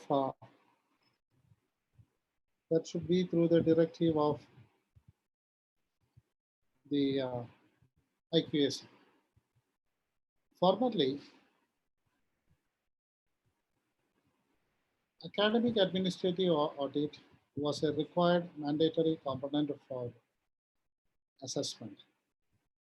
Now, what has happened is, over the years, this academic administrative audit, people have started doing this only for the sake of time. And if you follow like that, there won't be any outcome from that exercise. Academic administrative audit has to be carried out by all institutions every year. This can be carried out for the entire institution, for the department, and for the individual. That's what we call PBAS, performance-based appraisal system for the individual. Regular staff, teaching staff members and the administrative staff. There are two formats for that. Personal, that is a required mandatory field in the sixth criteria. But as of now, the latest formats of NAC assessment platforms do not have this as a mandatory requirement, but it is required, in fact, for any institution to progress. The second component that made my institution, St. Albert's, to the present status is only because we started this academic administrative audit some 15, 16 years back. So that at that time, when we started this academic administrative audit, along with individual audit, there were some opposition in the campus that such an exercise should not be carried out. It is a fault finding method. No, that was wrong. This is only for a corrective measure to see that where actually we lack. What are our shortcomings? And the best possible way to correct that. This is the very purpose of the academic administrative audit. St. Joseph's College, I know that you'll be having very pakka system of audit. But this is exactly a small version which we have introduced in my institution. Now it has grown into a different state. But for the Mendy institutions, to start with, this is exactly what I propose. So what I'll do is, I'll show you this slide. This is exactly the results which I have received. You just see this in 2005. The very status of these departments, of my departments. You see, you may wonder what these numbers are. Actually, when you conduct academic administrative audit, you can do it in two ways. Just a bare academic audit using a questionnaire, or secondly, for each and every question metric, you can put marks for that. Then if you are having this much, you'll get this much mark. Just like the metric which we have seen for what that NAC assessment. So like that, we did grading as well as auditing at the same time. And what happened was, once the grading is over, the auditing and grading are over, the best performing department can be identified. And at that time, in 2005, we started with giving that department an amount of 5,000 rupees per year as a motivational award. That has now grown into a system where the departments compete each other. So that when the award is released, that awards are given in a during the college day when all the parents, staff members, teachers, alumni, everybody will be present. At that time, this award is given. So what happened? You can very well see from these this graphs, histograms. You can see, English department was absolute zero, but in a matter of just in a 9 years. This is an audit outcome in 2004. They have grown into 51. Aquaculture, out of 40 into 87. See the difference, mark the difference. This has happened only because of this academic administrative audit. Okay, so what you have to do is, you can do the same in your institution. But this is only for the first cycle. For when you reach second cycle, third cycle, fourth cycle, the methodology is a bit different. You can make it some more harder. But here it is very light to start with. You need not go for grading in the first place. Of course, start with the bare auditing process. I'll show you how it has to be carried out. These are the monitoring systems that should be in place within every campus. There should be feedback on curriculum. There should be feedback, the general feedback from the students and stakeholders. There should be reviews, quarterly reviews on the teaching plan, tenure track, half-yearly reviews by the department, result analysis, I've shown you. Departmental presentations, that is something which you should introduce. That itself is an audit, Every department, in most of the colleges I have seen, every department, once the results are out, the department has to put in a presentation spanning around 20 minutes, and they will be given a slot for that. So in front of all, the departments has to put in their achievements for the last 6 months.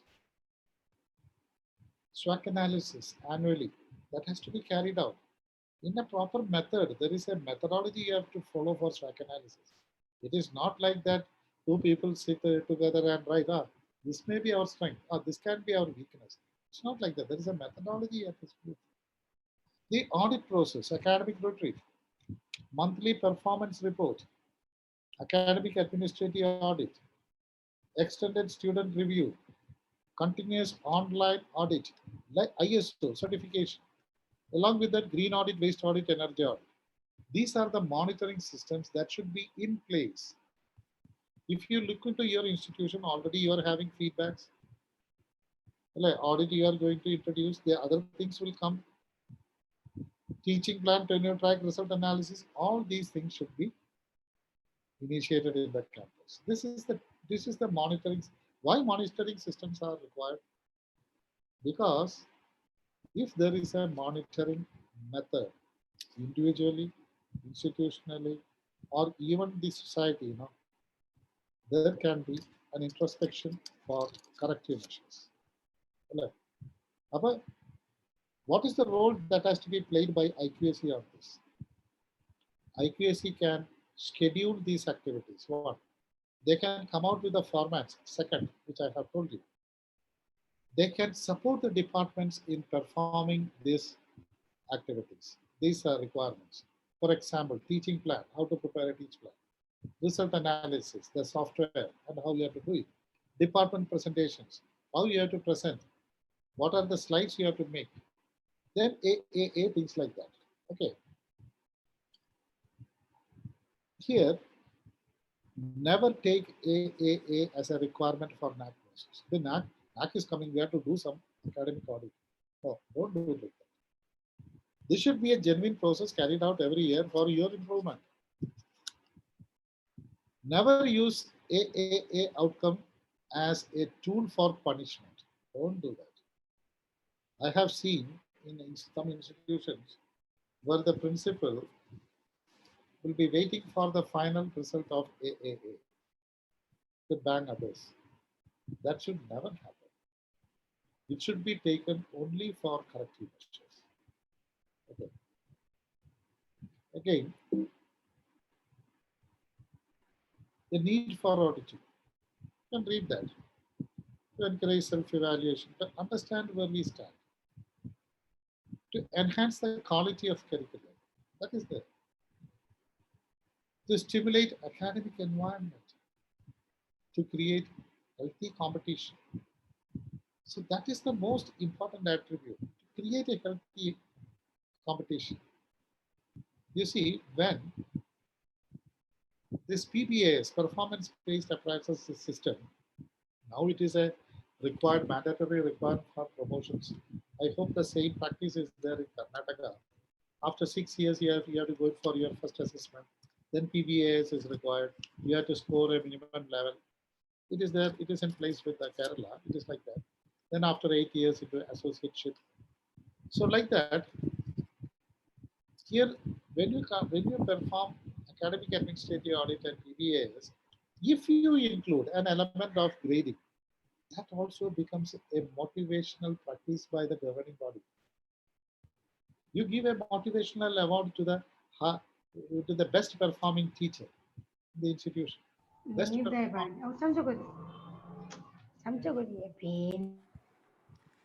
Requesting you all to mute your audios. Okay, thank you. Like that, PBS, if you grade that PBA, you can come out with the best possible teacher. So that becomes the motivational practice. So these are all healthy practices that can be integrated into this auditing. So auditing, never leave this process auditing. You have to take up auditing process. Again, the process of auditing. Preparation of a report by the departments on the predetermined questionnaire. There should be a questionnaire for the auditing. That questionnaire need not be based on the curriculum. I mean the NAC criteria. It can be a questionnaire. I can show you a questionnaire which we use in Kerala for my institutions. Validation of the report by an audit team. Every department has to prepare a report based on that questionnaire. Then the questionnaire is collected by the audit team. It is evaluated. Then the audit team will visit the departments to validate your claims and final preparation of the audit. That is the process of audit. Then next week, I'm having an audit process with one of the colleges. They are going for the 4th cycle. So the questionnaire which I have given them is a bit complicated because they have to do it because they are going for the 4th time. As for the first time, a simple questionnaire will do. See, steps. What steps you will take when you go for auditing? An audit team should be formed and they should be trained. I'll show you what the training is. It's not a big event, the training and all. The audit team should come out with an audit questionnaire. Once the questionnaire is collected back, the audit team should go to the concerned departments and they should verify the documents. You can see that photograph. The audit team will visit the departments, verify the documents. The consolidation of the audits and audit reporting, and finally the review and follow. These are the steps for AA. Okay. Again,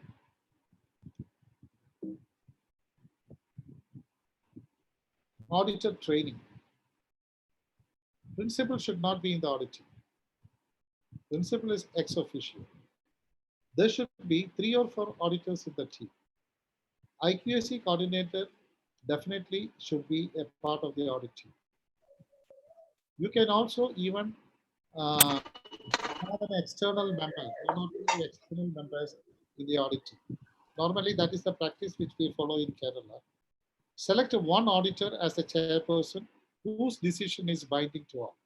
That should be in place. Otherwise, what happens is every member will be having his own opinion. There should be somebody to see that if there is a dispute, that is settled. Normally, that won't happen, but there should be a chairperson.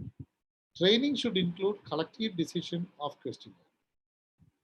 When the questionnaire is prepared, the training, that is a discussion between the audit team regarding how the metrics that the questionnaire in the audit questionnaire, that the matrices, the questions in the audit questionnaire are addressed. Then, mock assessment should be carried out by each auditor because auditors should be well versed with the process, and records of auditor training has to be. Because if somebody asks you at a later stage, do you give any training for your audit team? Normally we used to have, because I can tell you one example, a college near to Cochin, they are having an audit and we have formed an audit team and that takes place for 3 days, consecutive days, a very big college. So what we plan to do is day after tomorrow, we are having a auditor audit meeting and we sit together, all the audit team. Then we'll discuss the questionnaire and finalize what actually we should do. So that is the very purpose of auditor training. And then the audit process is carried out by visiting the concerned department. Okay.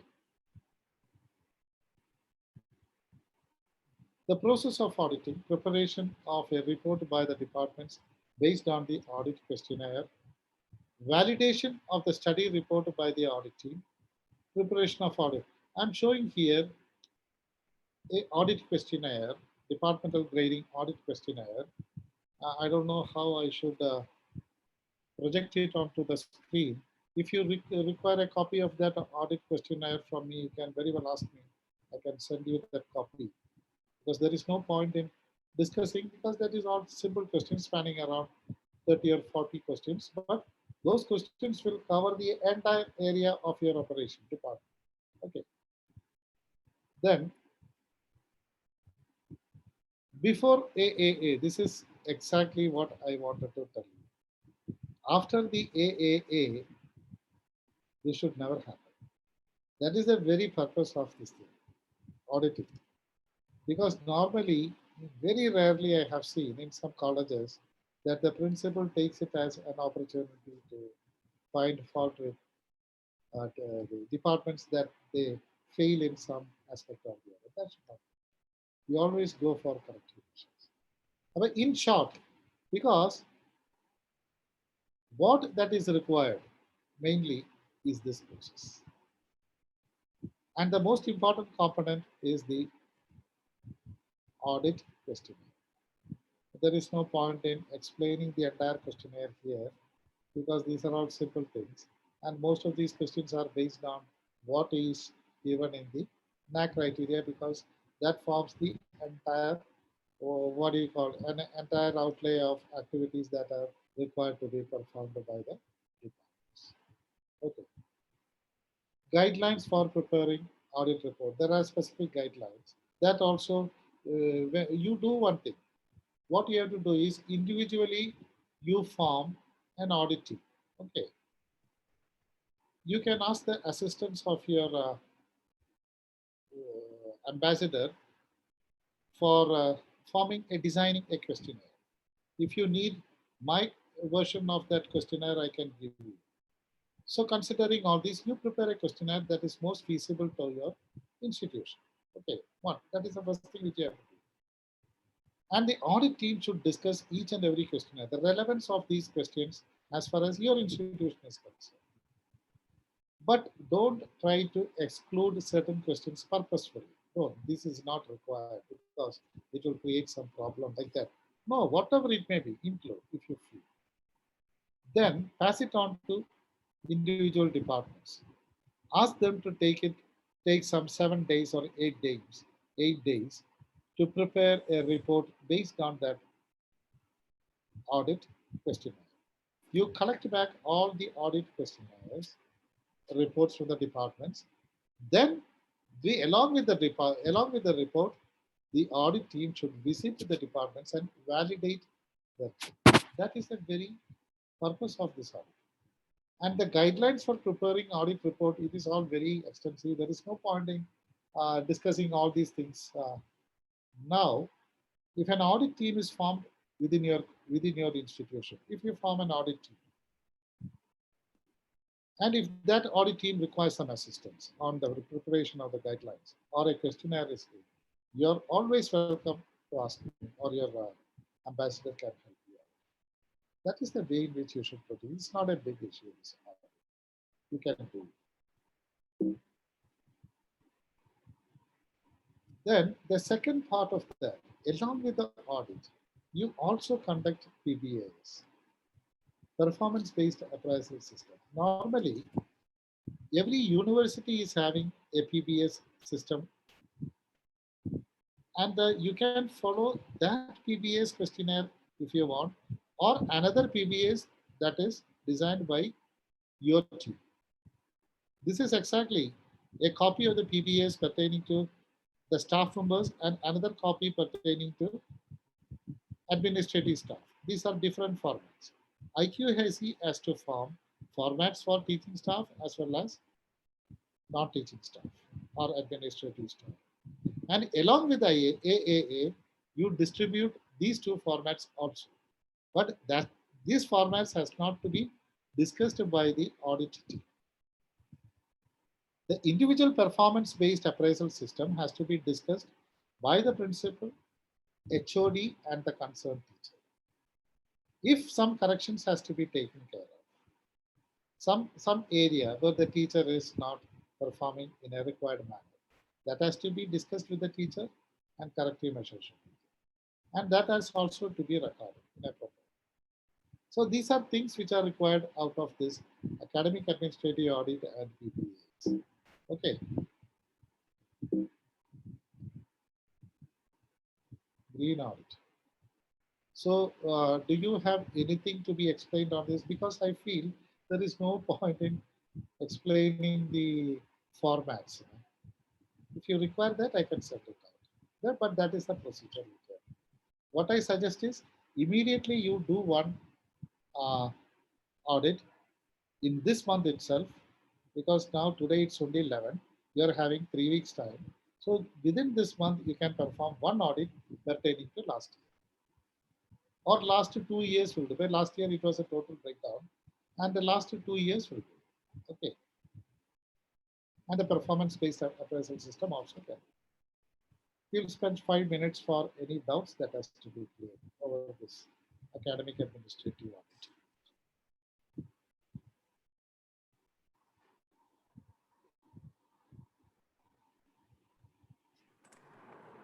I now request Professor Jayashankar to moderate the question answer session. Thank you. Yes. Participants, if there are any clarifications that you want from the resource person, you can unmute and ask, or you can also type the question in the chat box. Jayashankar sir, may I ask a question, please? Yes, Go ahead.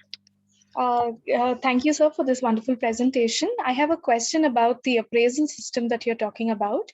I'd just like you to throw some more light on how the appraisal happens in your campus. Is it exclusively self-appraisal and student-based? Or do you all also have peer assessment and so that a holistic assessment happens of all individual staff, sir? Okay, that's good. What actually we do here in Kerala, that is, we take 3 feedbacks, appraisals. One is performance-based appraisal from the concerned teacher. Okay, so this is an elaborate questionnaire And it involves every activity that has to be performed by the teacher. Apart from taking classes, now we are preparing for now. Actually, I'm preparing another one, including all that was being carried out during this pandemic lockdown. That is the performance-based appraisal system for teachers, which includes everything.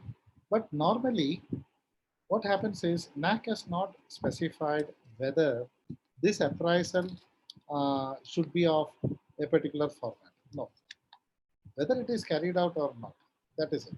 But what we are doing is our PBAS format includes everything that is possible.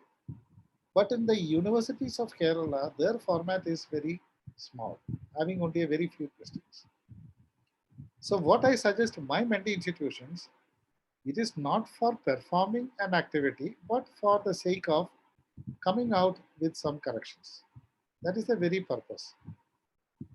So the performance-based appraisal system which we do here, that will be discussed by the principal, HOD and the concerned teacher.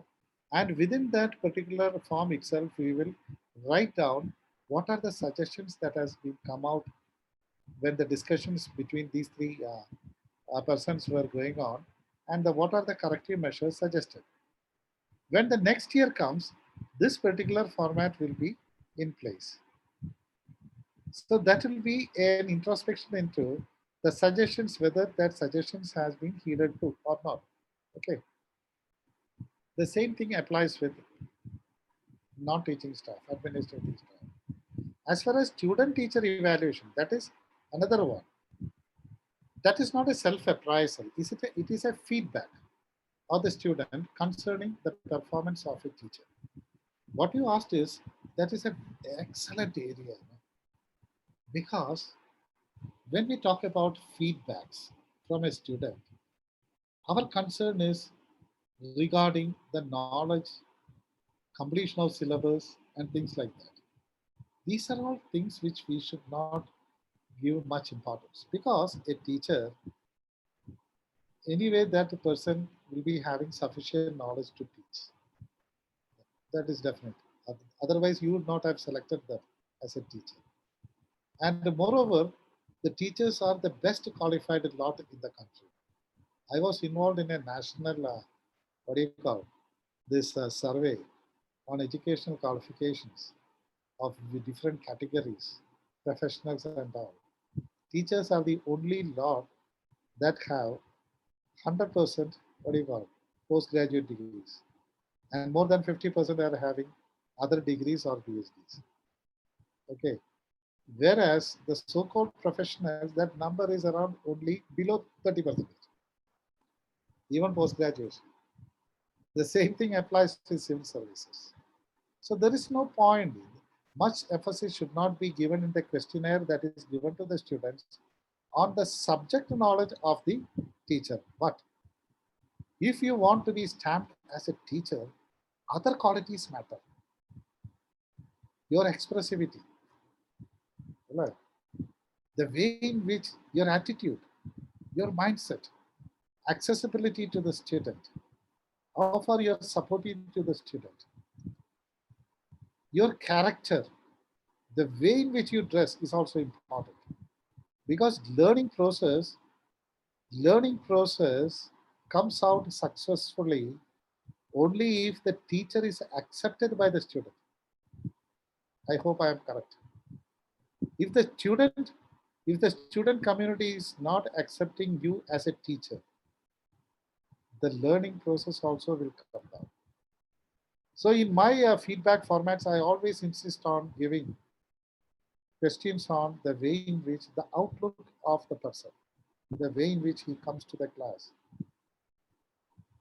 whether that person is well dressed or not. The second thing, the expressivity, the communication power of the student, the teacher. When we talk about the communication of the students, what about the communication and expressivity of the teacher? Is there any mechanism to evaluate that? Is there any mechanism, a training that is given for its empowerment? So these are the things which the student has to evaluate. Then we go in for a discussion, and corrective measures are taken in the proper way. That is the second type of, you mean the appraisal.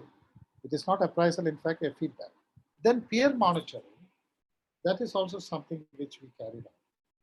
Because when new teachers come into the campus, new teachers, I am basically talking about what happens in Kerala. Their academic credentials will be pakka, no doubt. That is why they are selected. But there is no mechanism to check their teaching ability, rather than that short interview which you will get. The way in which they use the blackboard. Of course, the new generation is well versed with what do you call ICT. There is no point in looking into their ICT capacities because they are well versed with ICT, most of them. So what you should look into their character and if whether they are suitable to mingle with the student community. That is the reason why the board of interview is also being changed into a different pattern. Okay, so that is the ultimate thing is in peer evaluation, the senior members of the staff, they are given an opportunity to evaluate the junior members. And that too happens in a most confidential manner. The message is conveyed to them. It is only for betterment. This is not a fault-finding one. So the question which you have asked has much relevance. You see? When an institutional monitoring system is in place, that question has much relevance. Thank you, sir. Thank you for answering my question. Thank you, sir. Our resource person for today has simplified all concepts related to academic and administrative audit. But still, if there are clarifications, if there are any additions to that you want to know, participants can still unmute, ask for clarifications and any queries related to the topics dealt today in this webinar.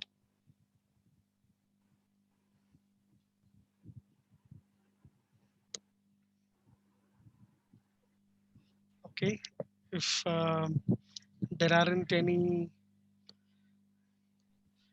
questions from the participants, you want to unmute and ask, you can go ahead.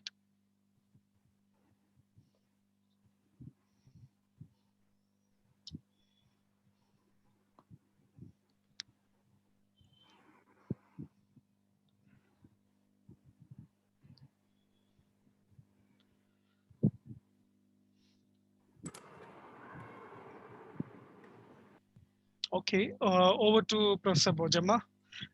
Done with the moderation. Yeah. Thank you, sir. Thank you, Professor Jayashankar, for moderating the question answer session. Now, Dr. Syed Wajid, Director IQAC of St. Joseph College, would like to give some inputs to the mentee institutions. Over to you, sir. Thank you. Thank you, Bojama. I would just place my sincere gratitude and thanks to Professor Heraclitus. Sir, thank you very much. You have really, in fact, Dr. Syed, you also want to give some insight into that green audit also, no? Yes, I thought if you could just give a little inputs on the same. I have just one or two slides on that. Some just my suggestions. Okay. That green audit, now in the 7th criteria, especially in Paramash project, I don't know how far it will be feasible for the Mendy institutions to take up the green audit as such, because they may not be having that sort of requirements within their campus for the audit purpose.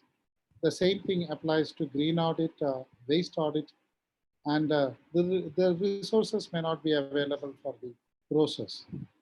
So what that is being carried out today by institutions, either they can form their own audit team similar to that of the academic administrative audit, and an audit manual also has to be brought out. Because if I explain the entire green audit in before the the Mendy institutions, some of that inclusions may not be understandable to the Mendy institute because they may not be dealing with such topics in the first place. The second thing is they may not be having that manpower to form an audit team concerning green audit. Green audit has much importance because why I want to tell you is in Panama's project, we also face the same thing. We also formed face the because some of our many institutions are commerce colleges, law institutions, you see, and they are not totally. They don't know what about the I mean the campus greenery things like that. Nothing of that sort. So what we did was we entrusted this green audit. As far as the Paramas project is concerned, the college may be requiring a green audit team in future, that is different. But as far as the Paramas project is concerned, we entrusted this activity to an outside agency for certification. Even colleges can take up, some other colleges of your repute, that St. Joseph's, like that, can take up that green audit process and they can go for the green audit certification of the Mendy institutions. And what I did was in my institution, exactly like what we did for the academic administrative audit, preparing a questionnaire, we prepared a manual of green audit, which involves a green audit questionnaire in the first place, which involves everything concerned green audit, the green campus initiative of the institution, a complete preparation of a red book of green audit of the greenery in the campus. Along with that, an electricity audit was also conducted with a questionnaire giving to all the departments. Waste audit in the same manner. So that has to be formed either by the, but I don't think that the Mendy institution will be in that state to form their own green audit team involving these three components, that is green audit proper, waste audit, and environment audit, and what do you call it? Electricity audit. There should be a proper mechanism within the campus. And within a short period, it is always better, I think, for the time being and for the parameters. This is exactly what we have done. I don't know your arrangements, but what I suggest is an outside team. Even a college will look into that. Some colleges having that sort of a mechanism can look into that. Again, and that can lead into some very good conclusions. I have told you about that photo documentation exhibition, and the seventh criteria can put in certain displays like this. See, beautiful displays regarding the outcome of the audit. Because I'll just give you one or two examples before I stop, that I have seen an institution where they are building up a garden library. No, their library is 3 floors. Their library has 3 floors. And one of the floors is completely, they are making into a garden. So that forms a reference section where the students can take books and go into that greenery environment, sit there peacefully and refer books. It is a green, I mean a garden library concept. I have also seen, because UGC and NAC, they are insisting on a green campus. If you come to my institution, you may not find a single inch of land, free land. Everywhere they have concreted. The total number of trees may be less than 10 in my St. Albert's. We also have a small garden. But UGC insists on a green campus concept initiative. And I have seen colleges where classes are conducted outside the classrooms below a tree. So that concept is coming up. The main purpose is that is learning experience, giving innovative learning experience for the student. So in that way, so what I suggest is it is better that Individually, we have to look into the green concept, the green audit process of individual colleges, Mentee colleges. That is exactly what I have done in my institution. So if you want anything else, that is the only thing which we can do, because there is no point in explaining the format and all here also. Okay, fine. Dr. Sai. The participants that the feedback form has been posted in the chat box or the chat section, requesting you all to kindly fill in the same latest by 5 p.m. today. I repeat that, in the chat box, we have posted the feedback form. I now request Professor Poonam, Assistant Professor from the Department of Botany and an IQAC criteria coordinator, to propose the vote of thanks. Over to you, Poonam. Thank you. Thank you, Bojama ma'am. A very good afternoon, ladies and gentlemen. At the outset, I wish to extend my heartfelt gratitude to our resource person for this webinar, Professor Harry Cletus, former principal, St. Albert's College, Ernakulam, for his very relevant and resourceful presentation. We have collectively learned and gained perspective from your insightful session. Sir, you have truly done justice to this webinar by your detailed presentation, effectively supplemented with illustrations based on your wide experience and learning. It was truly an honor for us to have you for this webinar today. Thank you once again, sir.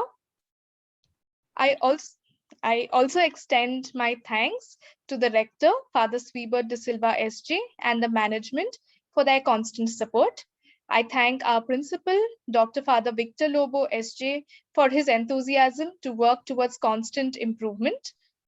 I thank Professor Clement D'Souza, the Accreditation Ambassador of St. Joseph's College, for the UGC Paramarsh scheme for moderating today's session, Dr. Jai Shankar for moderating the Q&A, and the IQAC Secretary, Ms. Reshma, for efficiently looking into logistics and offering technical support.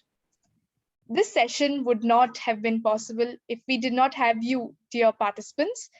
I especially thank the principals and members of the 5 mentee institutions